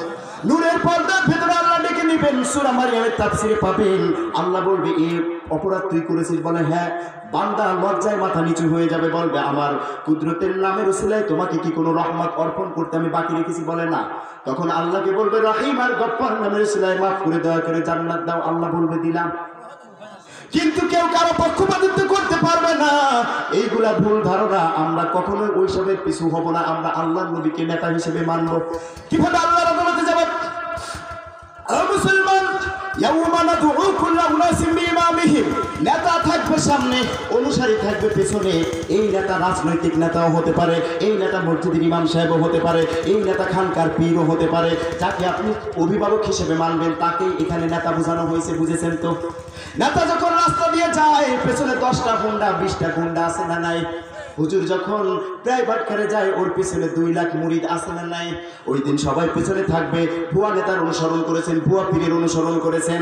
সামনে দিয়ে জাহান্নামের অগ্নিশিখাগুলি সূরা বাকারার 165 নম্বর আয়াতের তাফসিরে দেখবেন, আগুনের শিখাগুলি সাপের মতো মাথা উঁচু করে এইভাবে ডাকবে আর বলবে, আসেন আসে। কোরআন বিদ্বেষী আইন প্রতিষ্ঠা করেছো, আর তুমিও লাঠি হিসেবে এই যুবকদেরকে ব্যবহার করেছো।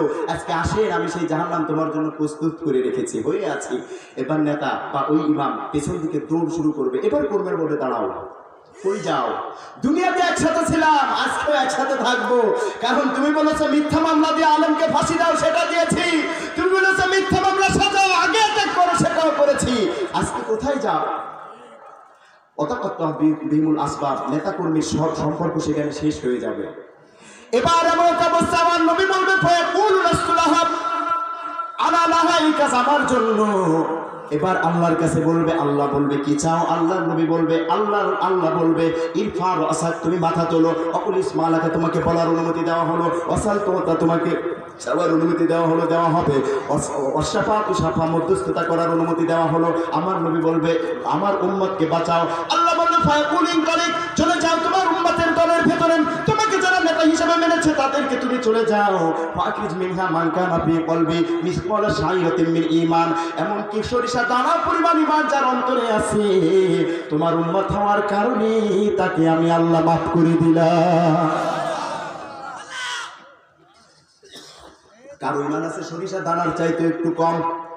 আমি প্রথমে কিন্তু বলেছিলাম যে ঈমানের 3টি স্তর। প্রথম স্তর, শেষের স্তর শেষ, দ্বিতীয় স্তর সরিষা দানার চাইতে কম যাদের ঈমান, তাদের অবস্থাটা কি হবে? আল্লাহ নবী এরপর ফেরেশতারা পর্দা ফেলে দিবেন, আবার এসে সিজদা করবেন, আবার বলবে তোমাকে মাথা উঠানোর অনুমতি দেওয়া হলো, চাও। দ্বিতীয়বার আল্লাহ বলবেন ফাকিজ মিনহা মান কানা ফি কলবি মিসকালা যাররাতিন আও খারদালাতিন মিন ঈমান, একটা সরিষা দানাকে 70 ভাগ করলে যতটুকু হয়, অনুর চাইতেও ছোট, খালি চোখে দেখা যায় না, এতটুকু সে কুফর ব্যতীত ঈমান যার আছে তাকেও তুমি নিয়ে জান্নাতে যাও। তৃতীয় নম্বর, আল্লাহ নবী আবার সিজদা করবেন। আর মুসলমান প্রথমবার উম্মতের জন্য চেয়েছেন, দ্বিতীয়বার অনুমতি পেয়ে উম্মতের জন্য, তৃতীয়বার অনুমতি পেয়ে আবার উম্মতের জন্য। এবার বলে কে জাহান্নামী হয়ে গিয়েছে? একটু গভীর মনোযোগ। আমি আব্দুল্লাহ মামুনকে যদি আল্লাহ বলে যেটা চাও সেইটা দিব, প্রথমেই কিন্তু আমার জন্য চাইবো, দ্বিতীয়বার বলবো লম্বা একটা লিস্ট আছে, ওই অনুসারে আমাকে দাও। কিন্তু আল্লাহ নবী কারোর জন্য না, শুধু চেয়েছেন 3 বারই উম্মতের জন্য। ফাতেমার জন্য নয়, আলীর জন্য নয়, মায়ের জন্য নয়, বাবার জন্য নয়, চেয়েছেন শুধু উম্মতের জন্য, ঠিক কিনা? সেই নবী বলেছে আমার ইসলামের জন্য তোমরা একতাবদ্ধ হয়ে যাও, আছে না নাই? কিন্তু আমরা সামান্য ফতোয়াবাজি ভুলে আমরা এক হতে পারি না, ঠিক না ভাই? এই এক না হওয়ার কারণে গোটা বিশ্বব্যাপী মুসলমানেরা বিধর্মীদের হাতে মার খাচ্ছে, ঠিক কিনা? আমরা এক হতে পারি না। মাহফিলে এসে দেখি বক্তা টুপিটা কতটুক, বক্তা পাগড়ি পরা না, কোন পন্থী, কমপন্থী না আলিয়াপন্থী না জামাতপন্থী, এরপরে ফতোয়া দিয়ে দেয় ওই বক্তার রচনা জায়েজ নেই, ঠিক কিনা? আবার বলে ফতোয়া দিয়ে দেয় ওই বক্তা মারা গেলে যেখানে মাটি হবে, ওইখানে যে ঘাস হবে, ওই ঘাস গরুতে খাইলে ওই গরুর দুধ কিংবা গোস্ত খাওয়া হারাম। হুজুর যখন হুজুরের গোস্ত খায়, তাগুত তখন অফিসে বসে ওইখানে এই স্কোয়ার বি হোল স্কোয়ার এই সূত্র মিলায় যে এবার যাবে, নাম যাবে বিভাগ ভিত্তিক, এরপরে টার্মে যাবে থানা ভিত্তিক, এরপরে যাবে ইউনিয়ন ভিত্তিক। এইভাবে আমরা ধরবো, কথা বলার কেউ থাকবে না। যখন আলেমরা বিপক্ষে থাকবে, উল্টাপাল্টা দলে মতভেদ হবে, ঠিক কিনা বলেন? আল্লাহর নবীর এত বড় স্যাক্রিফাইসের কাছে আমরা কি এক হতে পারি না ভাই? দল মতভেদ আমাদের থাকতেই পারে। ওরা যখন মারবে তখন কিন্তু কওমিপন্থী, আলিয়াপন্থী, জামাতপন্থী দেখে মারবে না, ওরা কিন্তু মুখে দাড়ি আর টুপি দেখে মুসলমান হলেই মারবে, ঠিক না ভাই? ওইসব আমরা বলি, ওইসব ভুলে গিয়ে আমরা প্যাটনীতি বাদ দিয়ে আমরা এক হয়ে যাই। বলুন আল্লাহর জন্য আমিন, আরো জোরে বলুন আমিন।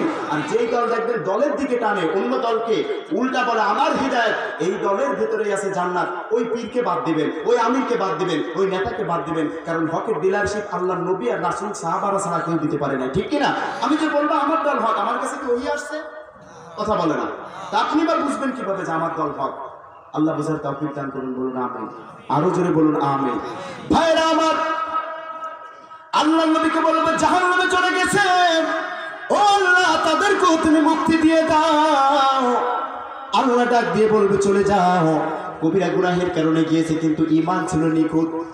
ফাখিজ মিনহা মান কানা ফি কলবি আদনা মিসকালা হাববাতিন খরদালাতিন মিন ঈমান ফাখরিজুহু মিনান নার। জাহান্নামী হয়ে গেছে, আল্লাহ বলে চলে যাও, তাদেরকেও তুমি বের করে নিয়ে আসো যাদের ভিতরে গুনার কাজের মোহাব্বত ছিল। কথাটা এইভাবে অনুবাদ হলো, অর্থ কিন্তু উল্টা। গুনার কাজের মোহাব্বত, আপনি খারাপই করেছেন, শয়তানি করেছেন, লুচ্চামি করেছেন, করার পর অনুতপ্ত হয়েছেন যে ইস এটা করা ঠিক হয় নাই, এই মোহাব্বতের কথা বলা হয়েছে। বুঝেছেন তো? এতটুকু মোহাব্বত যার অন্তরে ছিল তাকেও তুমি নবীর উম্মত হওয়ার কারণে আমি ছাড় দিয়ে দিলাম, নিয়ে যাও। আরেকটু করে সুবহানাল্লাহ বলবেন না? আরেকটু করে সুবহানাল্লাহ বলবেন না? ভাইরা আমার, তাদের কিনে আমার নবী স্লোগান দিতে দিতে জান্নাতের দিকে যায়। আবার ফেরেশতারা পর্দা দিয়ে দিয়ে এক দলকে ছিটিয়ে রেখেছিল, ওদের ভেতরে পর্দা পড়ে গিয়েছে। ওরাও বলবে, সূরা হাদীদের 13 থেকে 17 নম্বর আয়াতের তাফসিরে পাবেন, ইয়াউমা ইয়াকুলুল মুনাফিকুনা ওয়াল মুনাফিকাতু লিল্লাযিনা আমানু যুরুনা নাকতাবিস মিন নূরিকুম। ওই ঈমানদারেরা যখন ঈমান নামক নূর নিয়ে আল্লাহ দিয়েছেন, ফাইজিবুল্লাহু ফি কলবিল আবদি নূরাম মিন আনওয়ারিল মালাকুত, ওই নূরের বদৌলতে তাদের পায়ের কাছে টিমটিম করে জ্বলবে। আল্লাহর নবীর কাছে জান্নাতের দিকে যায়। এবার ওই মুনাফিকরা তাদেরকে ডাক দিয়ে বলছে, ও বান্দারা তোমরা একটু দাঁড়াও, ওই নূর থেকে আমাদেরকে একটু আলো দাও, কারণ আমার কাছে আলো নাই। ওই নূরের বদৌলতে আমরা একটু জান্নাতে যেতে চাই। দূর থেকে দেখবে আলো শুধু আস্তে আস্তে কমেই যাচ্ছে, কমে যাচ্ছে। এমন অবস্থায় চিৎকার করবে, কোন কোন বর্ণনায় চিৎকার করতে করতে গলা থেকে রক্ত চলে আসবে। এমন সময় যখন দৌড় শুরু করবে ওই জান্নাতীদের দিকে, টাস করে মাঝখানে একটা পর্দা পড়ে যাবে। আল্লাহু আকবার বলেন। বিসমিল্লাহু বাব, বাবের বহুবচন আবওয়াব, আবওয়াব নয় বাব। একটা প্রাচীর পড়ে যাবে। সূরা হাদীদের তাফসীরে আসছে ওই প্রাচীরের ভিতরে একটা মাত্র দরজা থাকবে। কয়টি? আমার আলোচনার মূল কেন্দ্রে এখন চলে আসছি। যদি বুঝতে পারেন আল্লাহ হয়তো আমাদেরকে মাফ করবে। এবার বলুন, ওই দরজার ভেতরে যারা আছে এবং বাহিরে যারা আছে, জান্নাতীদের ভেতরে আল্লাহর 3টি নিয়ামত থাকবে। আল্লাহর ভালোবাসা, আল্লাহর দয়া এবং জান্নাতি পুরস্কার তাদের জন্য থাকবে। প্রাচীরের আড়ালে যারা আছে ওদের উপর থাকবে আল্লাহর লানত, আল্লাহর গজব, ওদের জন্য আছে জাহান্নাম, নাউজুবিল্লাহ। প্রাচীর হবে কয়টা? ভালো আর মন্দের ভেতরে একটা প্রাচীর হবে। ওই প্রাচীরের ভেতরে দরজা হবে কয়টা? সবাই বলতে হবে বিসমিল্লাহ বা একটা দরজা হবে। এবার ওই প্রান্তে যারা আছে ওরা শুধু দরজার উপর তাকাতে থাকবে। দরজা খোলো। এবার এই প্রান্তে আছে ইমানদারেরা। কথা বুঝতেছেন? ইমানদারকে বলছে দরজাটি খোলো। এবার বলবে ইউনাদুনাহুম আলাম নাকুম মাকুম, ক্বালু বালা। ও মুসলমান, ওরা বলতেছে ইউনাদুনাহুম আলাম নাকুম মাকুম, আমরা কি তোমাদের সাথে ছিলাম না? দরজাটা কেন খুলতেছো না? এটাই আলোচনার সব মুখ্য বিষয়, মূল কেন্দ্র। আমরা কি তোমার সাথে ছিলাম না? এই কথা কি ইহুদি বলবে? কথা বলে না। আমাদের সাথে যারা আছে তারাই তো বলবে। ইহুদি বলবে, মুশরিক বলবে, খ্রিস্টান বলবে, অন্য ধর্মাবলম্বী যারা তারা বলবে। এই কথা কে বলতে পারে যে আমরা কি তোমাদের সাথে ছিলাম না? আমাদের ভেতর থেকে একটা শ্রেণী বলবে। এজন্যই বলবে যে আমরা কি তোমাদের সাথে ছিলাম না। এবার ভেতরে যে ইমানদারেরা আছে ওরা বলবে কলু, তারা বলবে বালা, অবশ্যই তোমরা আমাদের কাছে ছিলে। তার মানে ঈদের জামাতে ছিলে, মসজিদে জামাতে ছিলে, একসাথে ইসলাম আন্দোলন করেছি, একসাথে তাফসীর মাহফিলের আয়োজন করেছি, একসাথে সবকিছুই করেছি, নেকের কাজ করেছি। তোমরা আমাদের সাথে ছিলে। এবার বলে তাহলে তাড়াতাড়ি দরজাটা খুলতেছো না কেন? এবার আল্লাহ এই আয়াতটা আমাদের জন্য একটা পুরস্কার দুনিয়াতে পাঠিয়েছেন। এই সময় এদের সাথে ওদের কি কথোপকথন হবে, কোন 3টি অপরাধের কারণে এরা জাহান্নামী হয়ে গেছে, নামাজ পড়েছে, রোজা রেখেছে, কপালে দাগ ফেলেছে, তবুও তারা জাহান্নামী। শুনবেন না ভাগবেন? কথা বলেন, শুনবেন না ভাগবেন? একটু জিকির হবে লা ইলাহা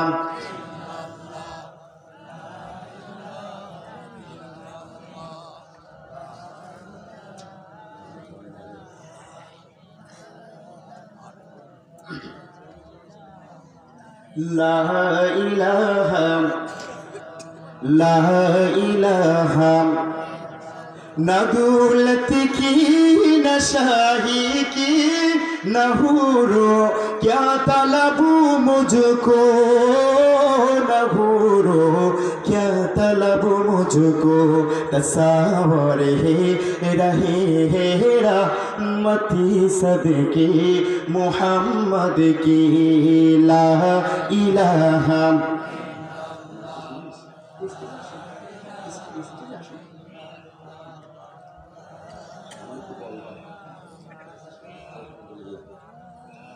লা ইলাহা ভাইরা আমার, নামাজ পড়ার দরকার আছে না নাই?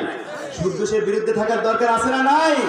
ইমানদার শুধু দাবি করলেই হবে না, এবার সে আসল পরীক্ষার জায়গায় চলে এসেছে। গভীর মনোযোগ। আমি খুব সংক্ষেপে এত তাফসীরটা করে শেষ করে দেব। আল্লাহ যে বলেছেন মৃত থেকে জীবিত করেছে, আবার আমার কাছে ফিরিয়ে আনবো। আমরা যেতে রাজি তো আল্লাহর কাছে। মুমিন সব সময় চাই যে আল্লাহ দ্রুত তোমার কাছে আমাকে নিয়ে যাও, ঠিক না? কি ক্ষমাশীল, কি দয়ালু। ওই যে পাকিস্তানের আল্লামা তারিক জামিল, নামটা কি, সাদা সাদা পাগড়ি পরে, একটা পতিতা মেয়ে দোকানের পাশ দিয়ে যাচ্ছে আর ওনার বক্তৃতা শুনছে ক্যাসেটে। সুবহানাল্লাহ বলেন। আজকাল তো রেডিও ক্যাসেটে মিজানুর রহমান আজহারের ওয়াজ ভেসে বেড়ায়, আল্লামা সাঈদীর ওয়াজ ভেসে বেড়ায়, আল্লামা মামুনুল হকের ওয়াজ ভেসে বেড়ায়, ঠিক কিনা? এখন ওনার বক্তৃতায় শুনতেছে যে উনি বলছে, আল্লামা তারিক জামিল ওই চায়ের দোকানের ক্যাসেটে, कि अगर कई भी बांदा कई भी बांदी जारी जिंदगी भर गुनाह करते रहे मगर अल्लाह से कह दे आई अल्लाह मेरी तौबा उसको कहने में देर होगी, अल्लाह को कबूल करने में देर नहीं होगी। এই কথা শুনে ওই পতিতা মেয়ে বলছে যে দোকানদার, আমি কি হুজুরের সাথে দেখা করতে চাই। বলে তা সম্ভব না, অনেক বড় মুহাদ্দিস। তখন বলে হবে না, কিন্তু সকল চাওয়া পাওয়া কার হাতে? একটু জোরে বলো। অবশেষে ওই দোকানের মাধ্যমে ওই পাকিস্তানের তারিক জামিলের সাথে ওই পতিতা মেয়ে দেখা করিয়ে দিলেন। তিনি কে? এবার হুজুর বলছে, মেয়ের বেহেন তো কিয়া কাহনা চাহতে হো, কিহা বলনা চাহতে হো, বলো কি বলার জন্য খোঁজাখুঁজি করছো, দ্রুত বলো। তখন বলছে, হুজুর আপনি যে কাহা তাকে সারি জিন্দগি কি গুনাহ মাফ হো সকতা হে, এক হি তওবা মে কাহিয়ে ছাচ্চায়া ঝুট হে। আপনি না বলেছেন একবার তওবা করে যত বড় গুনাহগার হোক আল্লাহ নাকি তাকে মাফ করে। তারিক জামিল বলছে যে বোন, এটা তো আমার কথা নয়, এটা তো 1400 বছর আগে আমার আল্লাহ বলে দিয়েছে কোরআনের ভিতরে, কুলিয়া ইবাদিয়াল্লাযিনা আসরাফু আলা আনফুসিহিম লা তাকনাতু মির রাহমাতিল্লাহ। তোমার আসমান পেরিয়ে গিয়েছে তোমার গুনাহে, একবার তওবা করো, আমার রহমত থেকে নিরাশ হও না, আমি আমার রহমতের হাত দিয়ে তোমাকে আমি ডাকতেছি। সুবহানাল্লাহ বলবেন না? আল্লাহ রাব্বুল ইমানদার হওয়ার তৌফিক দান করুন, বলুন আমিন। নামাজের দরকার আছে না নাই? মসজিদে যাওয়ার দরকার আছে না নাই? এবার সেই প্রাচীরের ভেতরে যারা আছে ওরা ডাক দিয়ে বলতেছে, ও আল্লাহ আমরা কেন এর ভেতরে পড়ে গেলাম? এবার ইমানদারকে বলছে দ্রুত দরজা খোলো। তারা বলবে আমরা তোমাদের সাথে ছিলাম, তাহলে দরজাটা কেন খুলছো না? এবার একটু মনে মনে কল্পনা করুন, এই পাশে জাহান্নামের আগুন জ্বলছে, ওই পাশে তারা জান্নাতে চলে যাচ্ছে, আর আস্তে আস্তে অন্ধকার হয়ে যাচ্ছে। এবার একটা প্রাচীর, আস্তে আস্তে আগুনগুলি ধেয়ে আসছে কোন দিকে? নেতা অনুসারী, ইমাম, মুসাল্লি, পীর, মুরিদি, বুঝেছেন তো? 3টি স্তর থাকে এখানে, যাকেই আপনি অভিভাবক করবেন ওদের দিকে আগুনের জাহান্নামের আগুনগুলো আস্তে আস্তে ধেয়ে আসছে। আগুন যতটা ওদের কাছাকাছি আসছে ওরাও ততটা এইভাবে প্রাচীরে শুধু আঘাত করতেছে, দ্রুত খোলো।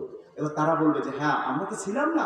ছিলে, তা দরজাটা কেন খুলছো না? তখন বলছেন করো বালা, অতটা বাস্তব প্রথমে বলছে করবালা ছিলে, কিন্তু ওয়ালা কিন্নাকুম ফাতানতুম আনফুসাকুম, তোমাদের নিজেদেরকে তোমরা পরীক্ষার সম্মুখীন করেছো। কি পরীক্ষা? আমি প্রথমেই কিন্তু বলেছি, মনে আছে তো, কাইফা তাকফুরুনা বিল্লাহ, আমি মৃত থেকে জীবিত করেছি। কেন? পরীক্ষা করার জন্য। সুবহানাল্লাহ। সেই পরীক্ষাটা কি দিয়ে করবে? ঈমান দিয়ে টেস্ট করবে। ভাইরা আমার, ফাতানতুম মূল শব্দটা হচ্ছে ফাতানা। ফাতানা হচ্ছে ধীরে ধীরে স্বর্ণকে তার খাতকে পূরণ করার এই প্রক্রিয়াকেই বলে ফাতানা। এখানে ফাতানা কেন বলা হয়েছে? কোন পরীক্ষার কথা বলা হয়েছে? ও মুসলমান গভীর মনোযোগ। 3টি অপরাধের কারণে, কি অপরাধের কারণে নামাজ পড়ে রোজা থেকেও বাইরে থাকবে। এবার আল্লাহ বলছে ফাতানতুম, তোমার ঈমানকে পরীক্ষার সম্মুখীন করেছো। তার মানে তোমার একটা বন্ধু সুদ খায়, তুমি তার সাথে সঙ্গ দিয়েছো আর তোমার বিবেক, তোমার নফস তোমাকে বলেছে এইটা হারাম, ও সঙ্গ ছেড়ে দাও। আপনি আপনাকে বুঝিয়েছেন যে আমি তো ওই রকম না, তো একসাথে একটু মিশলে সমস্যা কি? বুঝেন না? ভাই বিড়ি খায়, আমি তার সঙ্গ দিয়েছি। বিড়ি খাওয়া তো সুন্নাতে মুআক্কাদা নাকি? কথা বলেন। আবার উত্তরবঙ্গের দিকে বা ইন্ডিয়ায় তো আমি মাহফিল বেশি করি, দেশের বাইরে, ওইখানে দেখেছি বিড়ি খাওয়া ওরা বলে মাকরু। ইমাম সাহেব ইকামত দিচ্ছে, মুয়াজ্জিন, এখন বিড়ি তো একটা ধরাইছে, এখনো শেষ হয় নাই, পিছনে তাকিয়ে দেখে যে এখন 5 কাতার দাঁড়িয়ে গেছে, যেহেতু ফেলা সম্ভব নয়, দ্রুত বিড়িটা ইমাম সাহেবের কাছে দিয়ে বলে আপনি লাস্টে 2 টান দিয়ে দ্রুত জান্নাতে ফেলা যাবেন। আছে না নাই? আবার বর্তমানে তো মসজিদে দেখবেন চেয়ারম্যানের সে সিটারম্যানের দাম বেশি, ঠিক না? চেয়ারম্যানের সে সিটারম্যান, জমির আয়, ওই যে কোদাল না কি বলেন, এটা কি কোদাল মারতে মারতে আপনার জমির আয় অর্ধেক নাই, আর মসজিদে গিয়ে মাজায় ব্যথার ভ্যাস ধরে। আছে না? আবার যুবকরা তো বর্তমানে মসজিদে যেও শান্তি পায় না, ওই ধরনের কিছু মুরব্বী আগের থেকে রেডিওটাকে ভুল ধরার লাইগা। আছে না নাই? কথা বলেন। যুবক গিয়েছে নামাজ আদায় করতে উজু করে, নামাইতে মুসাল্লিল্লাহি তাআলা, মুরব্বী একজনে ডাক দিয়েছে, এই কেমন উজু করছো? ঠ্যাংই তো ভেজে নাই। আবার যাও উজু করে, জীবনে সর্বনাশ। আমি কলেজ ভার্সিটিতে পড়েছি, এবার হাত এই পর্যন্ত, পা কোমর এই হাঁটু পর্যন্ত দিয়ে আবার আসছে। এবার পেছনে ইমাম সাহেবের কাছে দাঁড়াচ্ছে। এখন শুনেছে যে আব্দুল্লাহ মোহাম্মদ হুজুর বলে গেছে যে সামনের কাতারে সব বেশি, ও দাঁড়িয়ে অমনি না হয়তো আনুসাল্লিয়া না ওয়াদ দিয়া কেমন শুরু করবে। আরেক বুড়া এসে বলে যে তুই ওই কর্নারে যা, ওই পেছনে গিয়ে দাঁড়া, এখানে আসমত আলী আজই আইবে।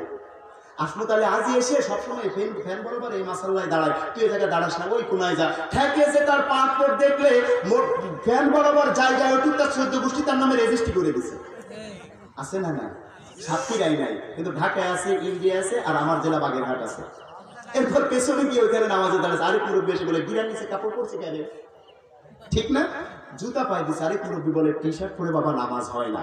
এমন ভাবে শুরু করে, ও ওইখান থেকে তওবা করে বুড়া খাটাস নামার পর্যন্ত আমি মসজিদে আসবো না। এবার দোকানে গেছে একটু চা খাইতে, টুপিটা খুলতে মনে নাই। যুবক সমবয়সী কিছু বন্ধু বলে কি ব্যাপার, বিয়ের জন্য নামাজ পড়তেছিস না? ঠিক কিনা বলেন? এইরকমটা করে। আবার একই মুরব্বী বাবা কি করে দেখবেন, শীতের দিন রোদ পাওয়ানোর লোভে মসজিদের কোনায় লাঠি একটা থুতনির নিচে এইভাবে দাঁড়িয়ে থাকে। এরপর চশমার ভেতর দিয়ে রাস্তার ওই প্রান্ত থেকে এই প্রান্ত যত সুন্দর মহিলা যায় এইভাবে চশমার উপর দিয়ে কখনো ভেতর দিয়ে তাকায়। আর যদি বেশি সুন্দরী কাউকে মনে হয় একটা মহিলা, ওই বুড়া বাবা 80 বছর বয়স, কানটা মুখের কাছে নিয়ে তুমি কার বউ গো? ও আচ্ছা, ও তোমার প্রাইমারি শিক্ষক ছিল। ঠিক আছে, এরকম করে না। আর আমার যুবক কোনো ভাই যদি ভুলও একটা নারীর দিকে তাকায়, তাকানো মাত্র ওই বুড়া বাবা বলে বেয়াদব, চক্ষু খুলে আলামো, কে দেখেছ আমার নাতির দিকে তাকাইয়া? বাড়িতে মা বোন না? আরে বুড়া ভাই বাবা ভণ্ডামি কই পাইছেন? আপনার ইমানকে পরীক্ষার সম্মুখীন করবেন না। আপনার মেয়েটা সাবালিকা হয়েছে, নাতিটা সাবালিকা হয়েছে, পেটে পেকে গেছে, এটা যদি ছিলে রাখেন, আপনার কাঁঠাল পেকে গেছে যদি ছিলে রাখেন, কলা পেকে গেছে যদি ছিলে রাখেন, বিয়ামাসি করে তো বরবাদ করবই। নাতিটা সাবালিকা হয়েছে, আল্লাহর হুকুম, নবীর তরিকা মতে পর্দার আওতায় নিয়ে আসেন। যুবকেরা এই পৃথিবীতে দূরের কথা, সম্মান করবে, আল্লাহর ফেরেশতারা পর্যন্ত তার রহমতের জন্য দোয়া করবে। ঠিক কিনা বলো? এটা পারে না। এখানে সে যুবকদের সাথে হাজি সাহেব গিরি দেখায়, আছে না? নাই।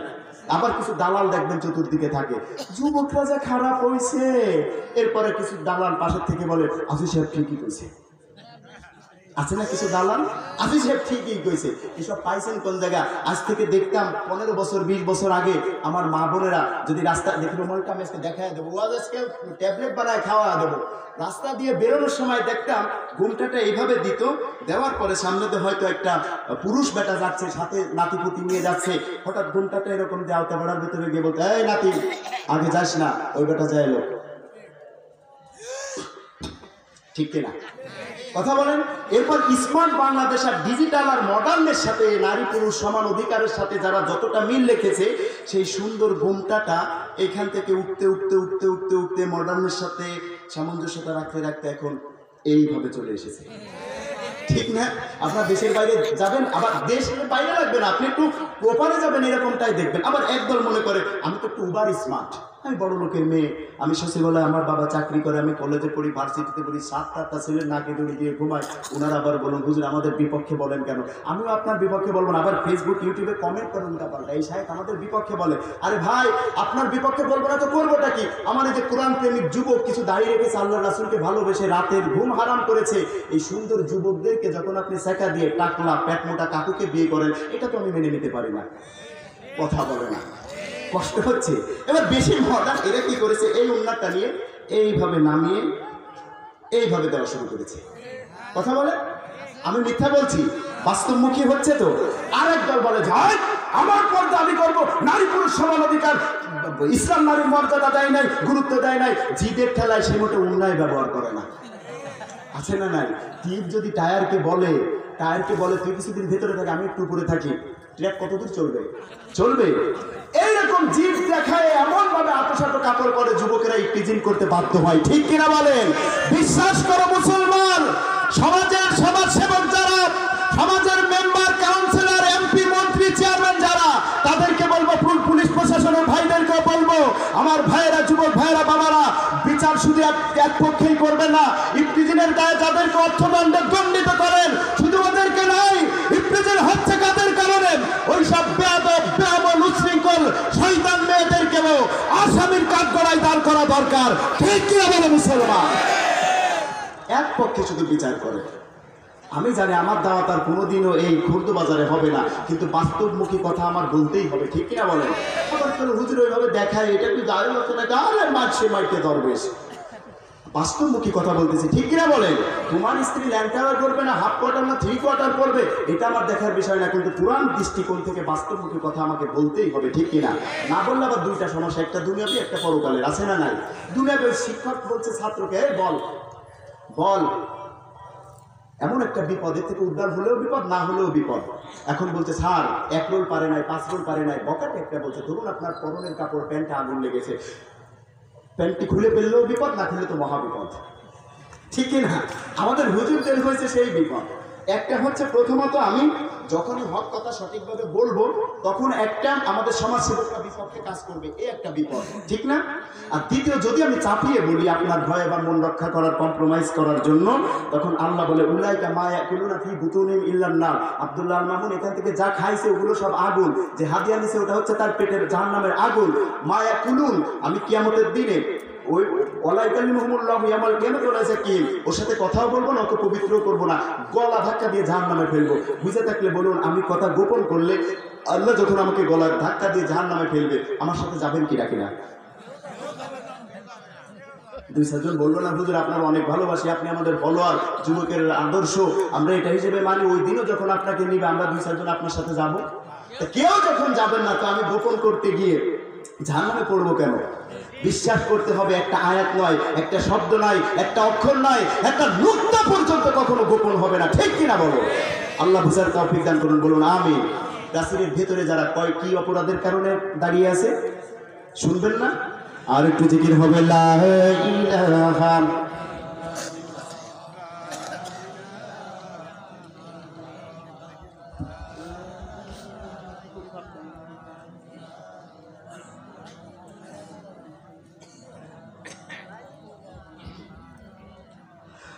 ও দয়াল রে হে,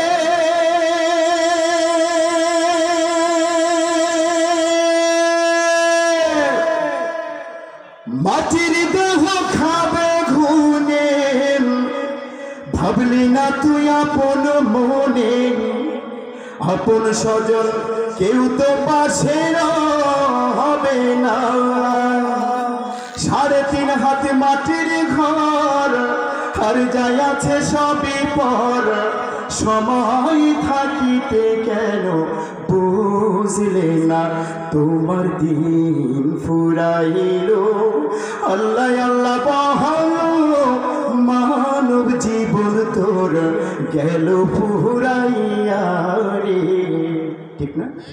ও মাওলা রে হে,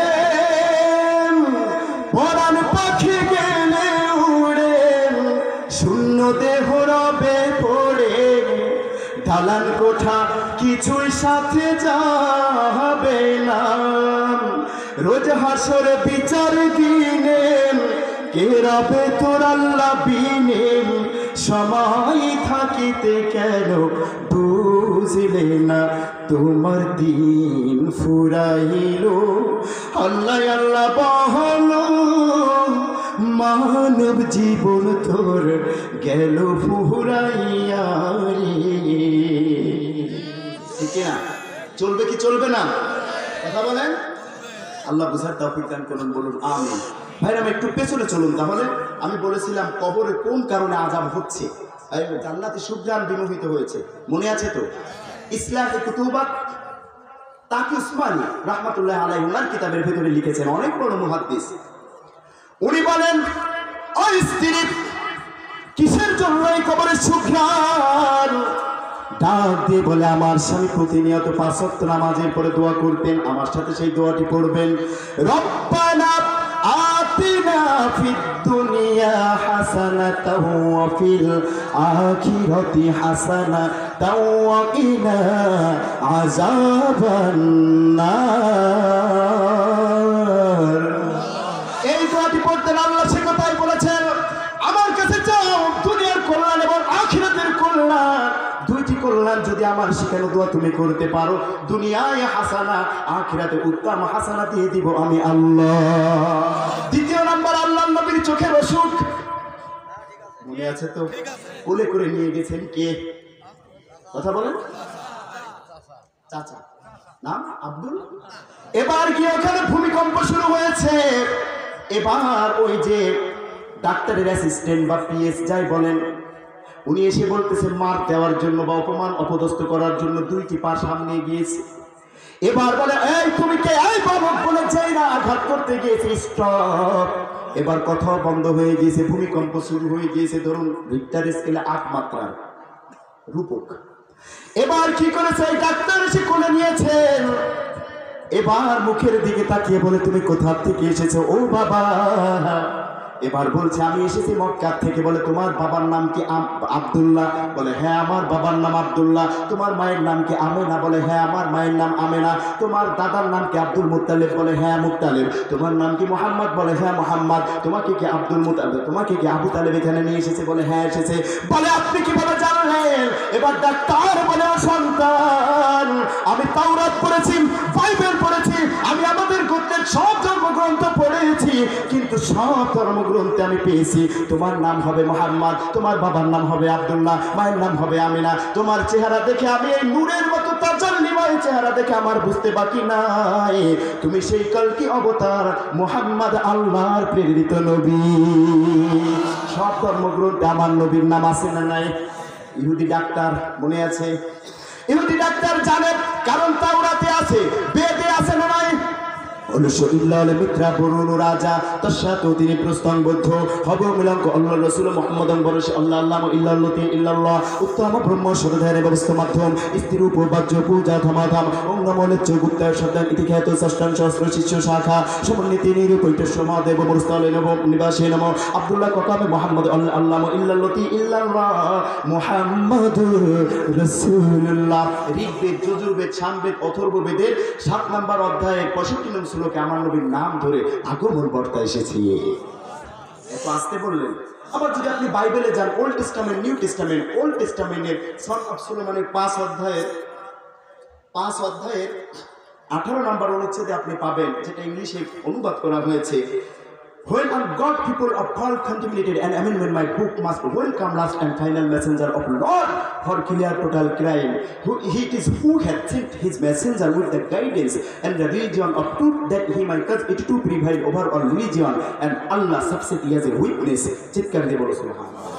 আবার ফারসি ধর্মে যাবেন, হিকাম আমিত তাকিম উই কুল্লু মুহাম্মদ জাহাদুদি ওয়া জাহাবাই বাইনা জেরুজালেম। সুবহানাল্লাহ। আবার কোরআনে আসেন 3 জায়গায় বলেছে, সূরা তাওবার 33 একবার, সূরা সাফফার 8 নম্বর আয়াতে একবার, 9 নম্বর আয়াতে একবার, সূরা ফাতহের 28 নম্বর আয়াতে একবার, সাফফের 9 নম্বর আয়াতে একবার, লিযহিরাহু আলা দীনি কুল্লিহি ওয়ালাহু কারিহাল মুশরিকুন। জোরকান আল্লাহু আকবার। এই ডাক্তার এই বর্ণনাগুলি জানে কি জানে না? কথা বলে না। ডাক্তার বলে ও ভাতিজা, আমার বুঝতে বাকি নাই তুমি সেই আল্লাহর পয়গম্বর, তুমি দ্রুত আমাকে কালেমা পড়িয়ে দাও, আমি বিশ্বাস করে তোমার কাছে আমি উম্মত হয়ে অ্যাকসেপ্ট করলাম, তুমি ইসলাম ধর্ম সত্য ধর্ম নিয়ে তুমি এসেছো, তুমি আজ থেকে আমার নবী হয়ে গেছো। তাহলে প্রথম নাম্বার উত্তর স্টককে ভেঙে দিয়েছি, কবরের ভিতরে সুগ্রাণের উত্তর দিয়ে দিয়েছে। আরেকটি মনে আছে, আর একটি আয়াত আমি বলবো যুবকদের জন্য, তুমি মেয়ে বিবাহ করতে যাবে, ওই পাড়ার ওই মহল্লার মুরব্বীদেরকে তুমি বলো, ও চাচা ওই মেয়েটার স্বভাব কেমন? আমার আল্লাহ বলে কোরআনে আমি কিছু দিতে বাকি রাখি নাই, এমন একটি আয়াত আমি কোরআনে দিয়েছি। তিরমিজির হাদিসের ভেতরে ওই আয়াত তুমি তেলাওয়াত করবে, একজন মাত্র নবী, একজন উম্মত উজাইর আর আব্দুল্লাহ, 300 বার নবীর নাম এবং উম্মতের নাম নিয়ে তুমি বিছানার ভেতরে আয়াতটি পড়ে ঘুমিয়ে পড়বে। আমার আল্লাহ ওই মেয়ে জীবনে কি খারাপ করেছে সব স্বপ্নে দেখিয়ে দিবে। মুরব্বীরা বলবেন আমাদের জন্য কি আয়াত আছে টাছে নাকি? বউ কি করেছে দেখার মতো? ডাবল হাদিয়া দিলেও বলবো না, কারণ খুলতু বাজারে আসলে লাঠি আর পিছানি ওইখানে মহিলারা সংবর্ধনা দেবে আগামী বছর। হুজুর তুমি বাজার পাও না, এই আয়াত শিখিয়ে দিয়ে সংসার বানার পরিকল্পনা করেছে। হ্যাঁ আমরা বেটা ঠিক কিনা বলেন? তবে তাদের জন্য একটা আয়াত আছে, আয়াতটি তেলাওয়াত করে আপনি স্ত্রীর পেটে হাত দিয়ে একটা দম করবেন। আল্লাহর নবী বলে তুমি পশ্চিমা বিশ্বে যাও, ঢাকা যাও, চিটাগাং যাও, 1 বছর 5 বছর 7 বছর ওই আয়াত করে ফুৎকার করবে, দম করবে। তিরমিজির বর্ণনা, আল্লাহর নবী বলে 70,000 নূরের ফেরেশতা দিয়ে ওই মায়ের ওই স্ত্রীর সতীত্ব আমার আল্লাহ নিজেই রক্ষা করবে। আর কিছু দরকার আছে না? বিবাহিতদের দরকার আছে না? অবিবাহিতদের দরকার আছে না? এবার 3য় নাম্বার আরেকটা বাকি আছে, মনে আছে কোনটা? এই তো ভুলে গেলে তো হবে না। আর মোটে 5-7 মিনিট কথা বলবো, মনে নাই ভাইরা আমার। কাবার ইমাম সাহেব বলছেন, ও বুজুর্গ বান্দা, যেই পাখি তোমাকে দাঁড়া করেছে বুজুর্গ বান্দা, ওইটা দুনিয়ার কোনো বাঘ নয়, ওইটা হচ্ছে আল্লাহর মালাকুল মাউত ফেরেশতা আজরাইল। এই মালাকুল মাউত শুধু তোমাকে নয়, প্রতিনিয়ত প্রতিটি মানুষকে কোনো বর্ণনায় 2 বার, কোনো বর্ণনায় 5 বার তাড়া করে। আল্লাহু আকবার বলেন। আইনা মাবতুর ইদরিকুমুল মাউতু ওয়ালাউ কুনতুম ফি বুরুজিন মুশাইয়াদা। জোরে কোন আল্লাহু আকবার। মৃত্যু যখন তোমার চলে আসবে, আমার আল্লাহ বলে তুমি যদি সুদূর কোনো পাহাড়ে, কোনো চূড়ায়, কোনো গ্রহে নক্ষত্রে গিয়ে পালাও, মালাকুল মাউত সেখানেই তোমাকে খুঁজে বের করবে। ঠিক কি না বলেন? দ্বিতীয় নাম্বার, তুমি যে গাছে উঠেছিলে রে বুজুর্গ বান্দা, ওইটা সাধারণ কোনো গাছ নয়, ওইটা হচ্ছে তোমার হায়াত নামক জীবন। ওই গাছে তুমি উঠেছিলে, তুমি যেই ডাল ধরে চোখ দিয়ে তুমি মাটিতে পড়তে গিয়েছো, তুমি তাকিয়ে দেখলে একটা সাপ তোমার দিকে হাঁ করে আছে। ও বুজুর্গ বান্দা, প্রতিটি মানুষের জীবনের যত গুনার কাজ, ওই গর্তটা হচ্ছে তোমার কবর, ওই সাপটা হচ্ছে তোমার গুনার কাজ। আপনি জীবনে যতগুলি গুনার কাজ করেছেন, সব গুনাহের কাজ আল্লাহ সাপ বানিয়ে কবরে রেখে দিয়েছে। ঠিক কিনা বলেন? কবরে রেখে দিয়েছে রে মুসলমান। আপনি যত গুনার কাজ করবেন, কবরে আপনি গিয়ে সেইটা পাবেন। আল্লাহর বুজুর্গ বান্দা বলে, প্রতিনিয়ত ওই কবর 5 বার, কোনো বর্ণনায় 7 বার ডাকতেছে। এমনত অবস্থায় ওই সাপ তোমার গুনার কাজ, গর্তটা হচ্ছে তোমার কবর। আর ওই যে মাথার উপর তুমি তাকিয়ে দেখেছিলে, ওই যে 2টা ইঁদুর ওই ডালটি কেটে দেয়, ওই 2টা ইঁদুর, কালো ইঁদুর হচ্ছে রাতের বেলা, সাদা ইঁদুর হচ্ছে দিনের বেলা। এই 2টা রাত দিন অতিবাহিত হচ্ছে, আর তোমার হায়াত নামক গাছ অর্থাৎ জীবনটা আস্তে আস্তে শেষ হচ্ছে। ঠিক কিনা বলে? আরো জোরে বলেন ঠিক কিনা? গড় যত বালাখানা,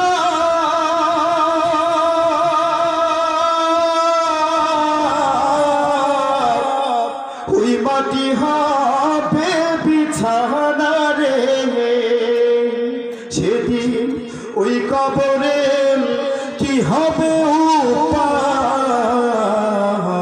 মাওলা আমি অসহায়, মরার পরে ধৈর্য নাই আমায়,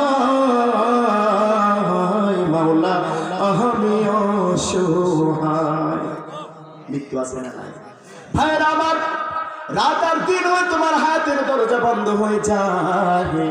এবার ডাক দিয়ে বলে, তাহলে ওই গাছটি হায়াত। এবার বলে, মাথার উপর মৌচাক থেকে মধু পড়তেছিল, ওই মধু পড়ে পড়ে তোমার মাথার উপরে ধেয়ে আসছিল, তুমি ওইটা খাইতে খাইতে সব বিপদগুলি ভুলে গিয়েছো। আমার আল্লাহ ডাক দিয়ে বলতেছেন, ও বান্দা, দুনিয়া হচ্ছে পরীক্ষার স্থল, মনে আছে? জীবনটা দিয়েছে কিসের জন্য? তুমি এই দুনিয়ার ওই যে মধু পড়তেছে, ওই মধু তোমার স্ত্রী, ওই মধু তোমার টাকা, ওই মধু তোমার সম্পদ, ওই সম্পদ সব কিছুর পেছনে পড়ে তোমার যে সামনে মৃত্যু আছে, গুনার কাজ সাপ হাঁ করে আছে, সব বিপদগুলি ভুলে গিয়ে তুমি ওই মধু পান করতে শুরু করেছো। ওই মধু তোমার দুনিয়ার মোহাব্বত। ঠিক কিনা বলেন? ও মুসলমান, আমার মায়েরা বোনেরা, আপনি পর্দার অন্তরায় হতে শুনছেন। আপনি একদিন সাদা শাড়ি পরে এই বাড়ির থেকে বেরোবেন, লাল শাড়ি পরে এসেছেন, ওই কবর আপনার জন্য অবধারিত রয়েছে। সব কিছু অস্বীকার করবেন, কবর আপনার কিন্তু থাকবে। মনকে একটু বুঝাও, ওরে মন, এই যে ঘরে আমি আসছি, একদিন ওইখানে চলে যেতে হবে। মশারিকে কবর মনে করে আপনি একটু ধ্যান করেন, আল্লাহ এটা আমার মশারি না, এটা আমার কবর। শয়তান বলবে যে কবর না, এটা তোমার মশারি। আপনার মনকে বলবেন এরকম তো একদিন হবেই হবে। এবার মনকে বুঝতেন যে একদল মানুষ গিয়েছে বাঁশ কাটার জন্য, একদল মানুষ গিয়েছে কাপড় আনার জন্য, একদল মানুষ পানি গরম করতেছে আমার গোসলের জন্য। এবার আমাকে গোসল দিয়ে এই মানুষগুলি খাটলাই নিয়ে আমাকে জানাজা পড়াইতেছে, জানাজা শেষ করে কবরে নিয়ে রেখে এসেছে। 1 জন 2 জন করে সবাই চলে গেছে, 4 জন কবর থেকে উঠে গিয়েছে। এবার আপনি আল্লাহকে ডাক দিয়ে বলেন, এটা তো একদিন হবে, ওই মৃত্যু তো একদিন হবে। কারণ তুমি বলেছো কাইফা তাকফুরুনা বিল্লাহ, তোমার কিভাবে আমাকে অস্বীকার করো? মৃত্যু থেকে তোমাকে জীবিত করেছি, আবার মৃত্যু দিব, আবার জীবন দিব, আবার তোমার কাছে এখন তুমি আমাকে নিয়ে যাবে। অতএব মালিক আল্লাহ, এখন তুমি যদি আমাকে এটা কবর মনে করে, তুমি ছাড়া আমার এখন কেউ নাই, তুমি যদি আমাকে ওই দোয়া আমি পাঠ করতেছি, রব্বানা আতিনা ফিদ দুনিয়া হাসানা, তুমি যদি আমাকে মাফ না করো, এখন আমার জাহান্নাম ছাড়া কোনো উপায় নাই, কবরের মাটি সে চাপ দিয়ে আমাকে শেষ করে দিবে। এইটা বলে একবার তওবা করলে আমার আল্লাহ মাফ করতে পারে কি পারে না? তাহলে দুটো হাত তুলে আল্লাহকে আল্লাহ বলে ডাকেন, আল্লাহ। আরো জোরে বলতে হবে আল্লাহ, আরো জোরে বলতে হবে আল্লাহ। আর একটু জিকির হবে লা ইলাহা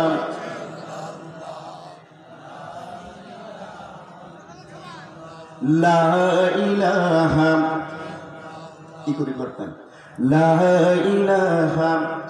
সম্মানিত উপস্থিতি, একটা গজলের অনুরোধ আসছে মমতার মহল। ফেসবুক বা ইউটিউবে আপনারা শুনেছেন, বা কালকেও যে স্টেজে ছিলাম পশুদের জিকর গাছা ছিলাম দুইবার, একবার ছিলাম বেনাপোল, এর পূর্বে ছিলাম রাজশাহী, তার পূর্বে ছিলাম কক্সবাজার, আবার আজকে এখানে, কালকে আবার আমার নিজের জেলায় 2টা মাহফিল, এরপরে আবার চলে যাবো সম্ভবত কুমিল্লা, দেখতে হবে। তো এই সামান্য ফিগার নিয়ে এরকম প্রতিনিয়ত ভ্রমণ করা, জার্নি করা কিন্তু অনেক কষ্ট হয়ে যায়। আপনারা যেভাবে বলেছিলেন আমি ওইভাবেই আলোচনা করেছি। আমি কোনো অন্য অধ্যায় বা বিশ্লেষণ যেটা আমি পূর্বে করতাম, ওই বাজারে করেছিলাম বা ওই মনিরামপুরে করেছিলাম, ওইভাবে করলে আবার অর্ধেক পথে গিয়ে তারা বোঝে না এই গণিত এবং বিজ্ঞানিক অধ্যায়, তখন চলে যায়। এজন্য আমি কিছুটা গাণিতিক অধ্যায়, কিছুটা বৈজ্ঞানিক অধ্যায় নিয়ে আমি যতটুকু বোঝানোর চেষ্টা করলাম। আল্লাহ বলেছে তুমি মৃত্যুবরণ করবে, আবার জীবিত হবে, তুমি আমাকে কেন অবিশ্বাস করো? তোমাকে তো পরীক্ষার জন্য আমি সৃষ্টি করেছি। আল্লাহ আমাদেরকে ঈমান নিয়ে কবরে যাওয়ার তৌফিক দান করুন, বলুন আমিন। আরো জোরে বলুন আমিন। এই বিভার বিকট দেন না কেন? মা বন্ধুর জন্য একটা গজল গিয়ে মোনাজাত হবে, আমরা সবাই বসি, দাঁড়ানো মানুষ বসি। আপনার আল্লাহু আকবার বলবেন তো আমি লিড দিলে, কারণ এই ফোক গজল গাইতে কিন্তু অনেক কষ্ট হয়, এটা সবাই পারে না। অনেক শিল্পী আছে ফোক গজল গাইতে পারে না, একটু আল্লাহু আকবার বলেন না। নারায়ে তাকবীর হচ্ছে না, এখন একটু আওয়াজ দেন, নারায়ে তাকবীর। ওই আপনার ইকুরিভাব আসতেছে না তো, মনোযোগ এদিকে দিলে আবার সুস্থ চলে যাবে। নারায়ে তাকবীর। ওরে মমতারি মহল মাগো,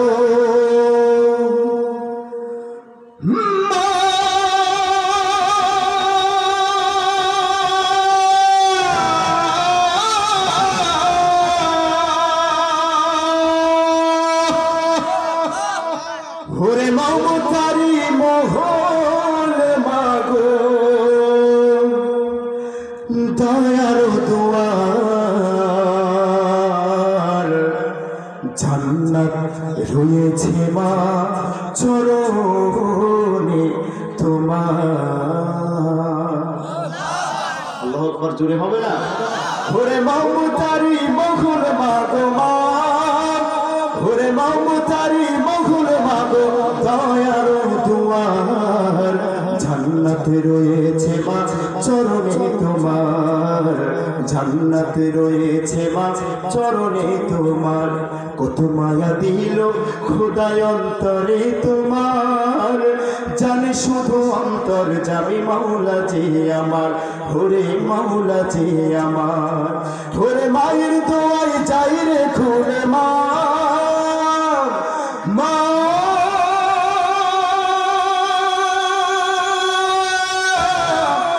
মা যে আমার। ওরে মায়ের দোয়ায় যাই রে খুলে রৌভূমির দুয়ার, জান্নাত রয়েছে মা চরণে তোমার, জান্নাত রয়েছে মা চরণে তোমার।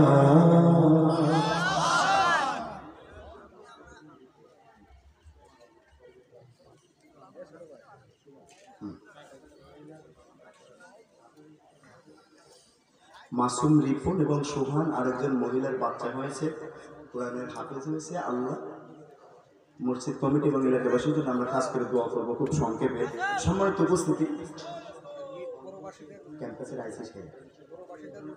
ক্যাম্পাসের আইসি সাহেব উনি খুব ভালো লোক, মাহফিলের জন্য সাহায্য সহযোগিতা করেন। আল্লাহ বাংলার প্রতিটি জায়গায় ওনার মতো নেককার আমাদের জন্য অভিভাবক হিসেবে দান করুন, বলুন আমিন। আল্লাহ ওনার প্রত্যেকটি চেষ্টা প্রচেষ্টা আল্লাহ ইবাদত হিসাবে কবুল করুন, আরো একবার বলুন আমিন। সম্মানিত উপস্থিতি, অবিবাহিতদের জন্য একটা আয়াত, বিবাহিতদের জন্য একটা আয়াত মনে আছে?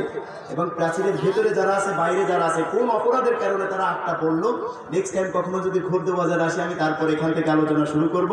অটোমেটিক 2 ঘন্টা হয়ে গেছে, এখন মোনাজাত হবে। দাঁড়ানো ভাইরা বসে জীবনের গুনার কথা